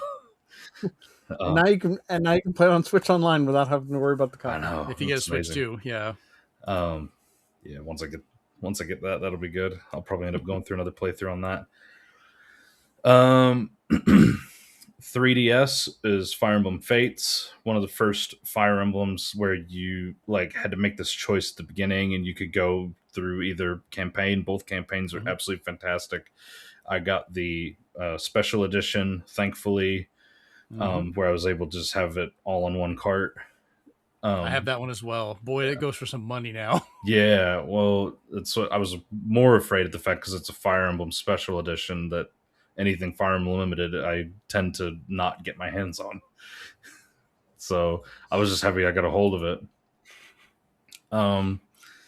So Wii U, I put Smash Brothers Ultimate because of the fact that remembering like the times where we had those Smash tournaments with us and the amiibos and all that stuff, like it was absolutely fun times. But Swan did remind me about Affordable Space Adventures, so that deserves an honorable mention because those were some amazing game nights as well and a lot of laughs.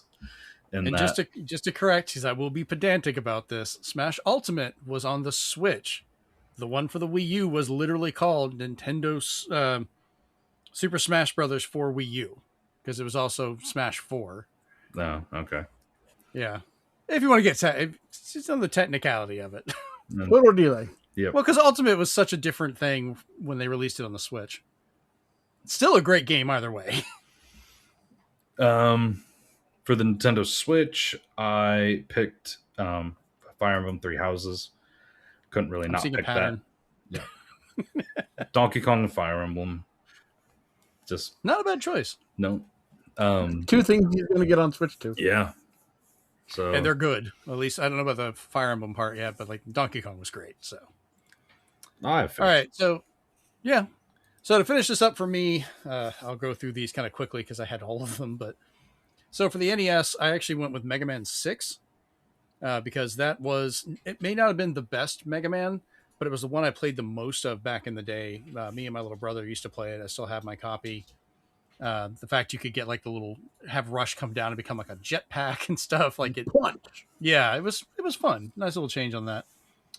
For the Super Nintendo, I have to do Super Metroid. Like I consider it one of the greatest games ever made. So there's no way I wasn't listing it on here. For Game Boy, I went with what I would play the most on it, and that was a game called Qix, which was QIX.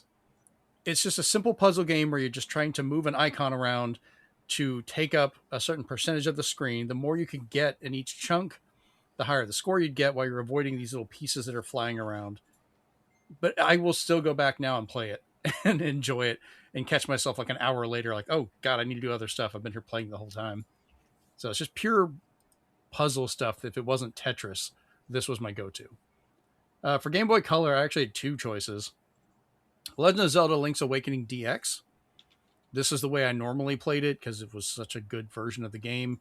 I did eventually get the original on Game Boy, but this is the one I played the most.